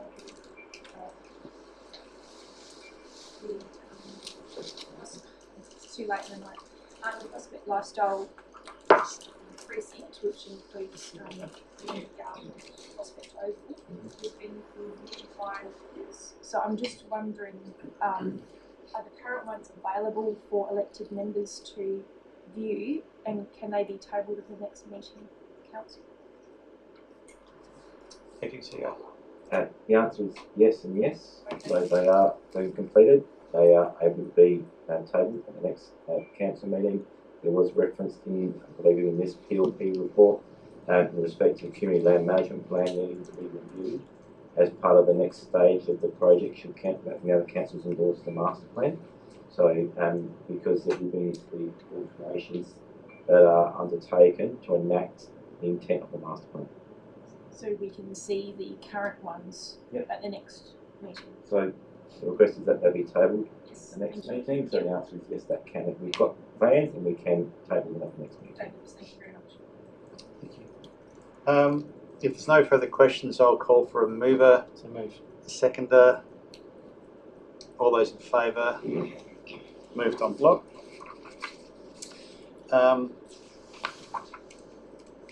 Item 12, general business. We've received reports from, and thank you, Councillor Barnett, Councillor Nelson, Councillor Backer and Deputy Mayor Nguyen. Item 12.2, motions on notice. There is a motion on notice tabled by Councillor Nelson, Queensland Bottle Tree 440 Regency Road. Councillor Nelson, take it you're moving. Would you like to speak to the motion? Yeah, just briefly. I know we're getting late in the night. I'm not going to read through the whole thing. I'm sure most of you have. Gwen's just adding in there one last little adjustment, which is on point 3, just to set a deadline for the council to complete the report. Just a few points. So just to summarise, we've got a beautiful Queensland bottle tree on outside 440 Regency Road. It does have some historic significance, but it is causing havoc to both the house at 440 Regency Road, the fence at 438 Regency Road, the footpath and the Regency Road itself on the road.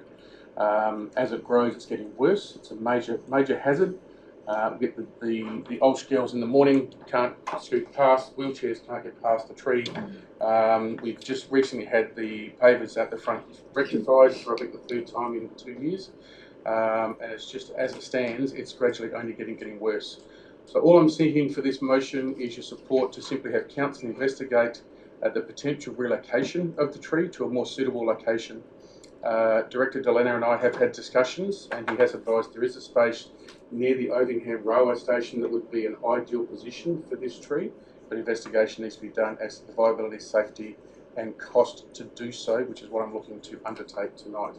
I commend this motion to the Chamber and kindly seek your support. Thank you, Councillor Nelson. Do I have a seconder? Councillor Standen, would you like to speak to the motion? What he said. Sorry. Any further discussion, any points that haven't been covered? Councillor Nguyen. Yes, and I do see a lot of people, students, especially the Ulster girls walking past, and it is a real, access issue for the people walking by.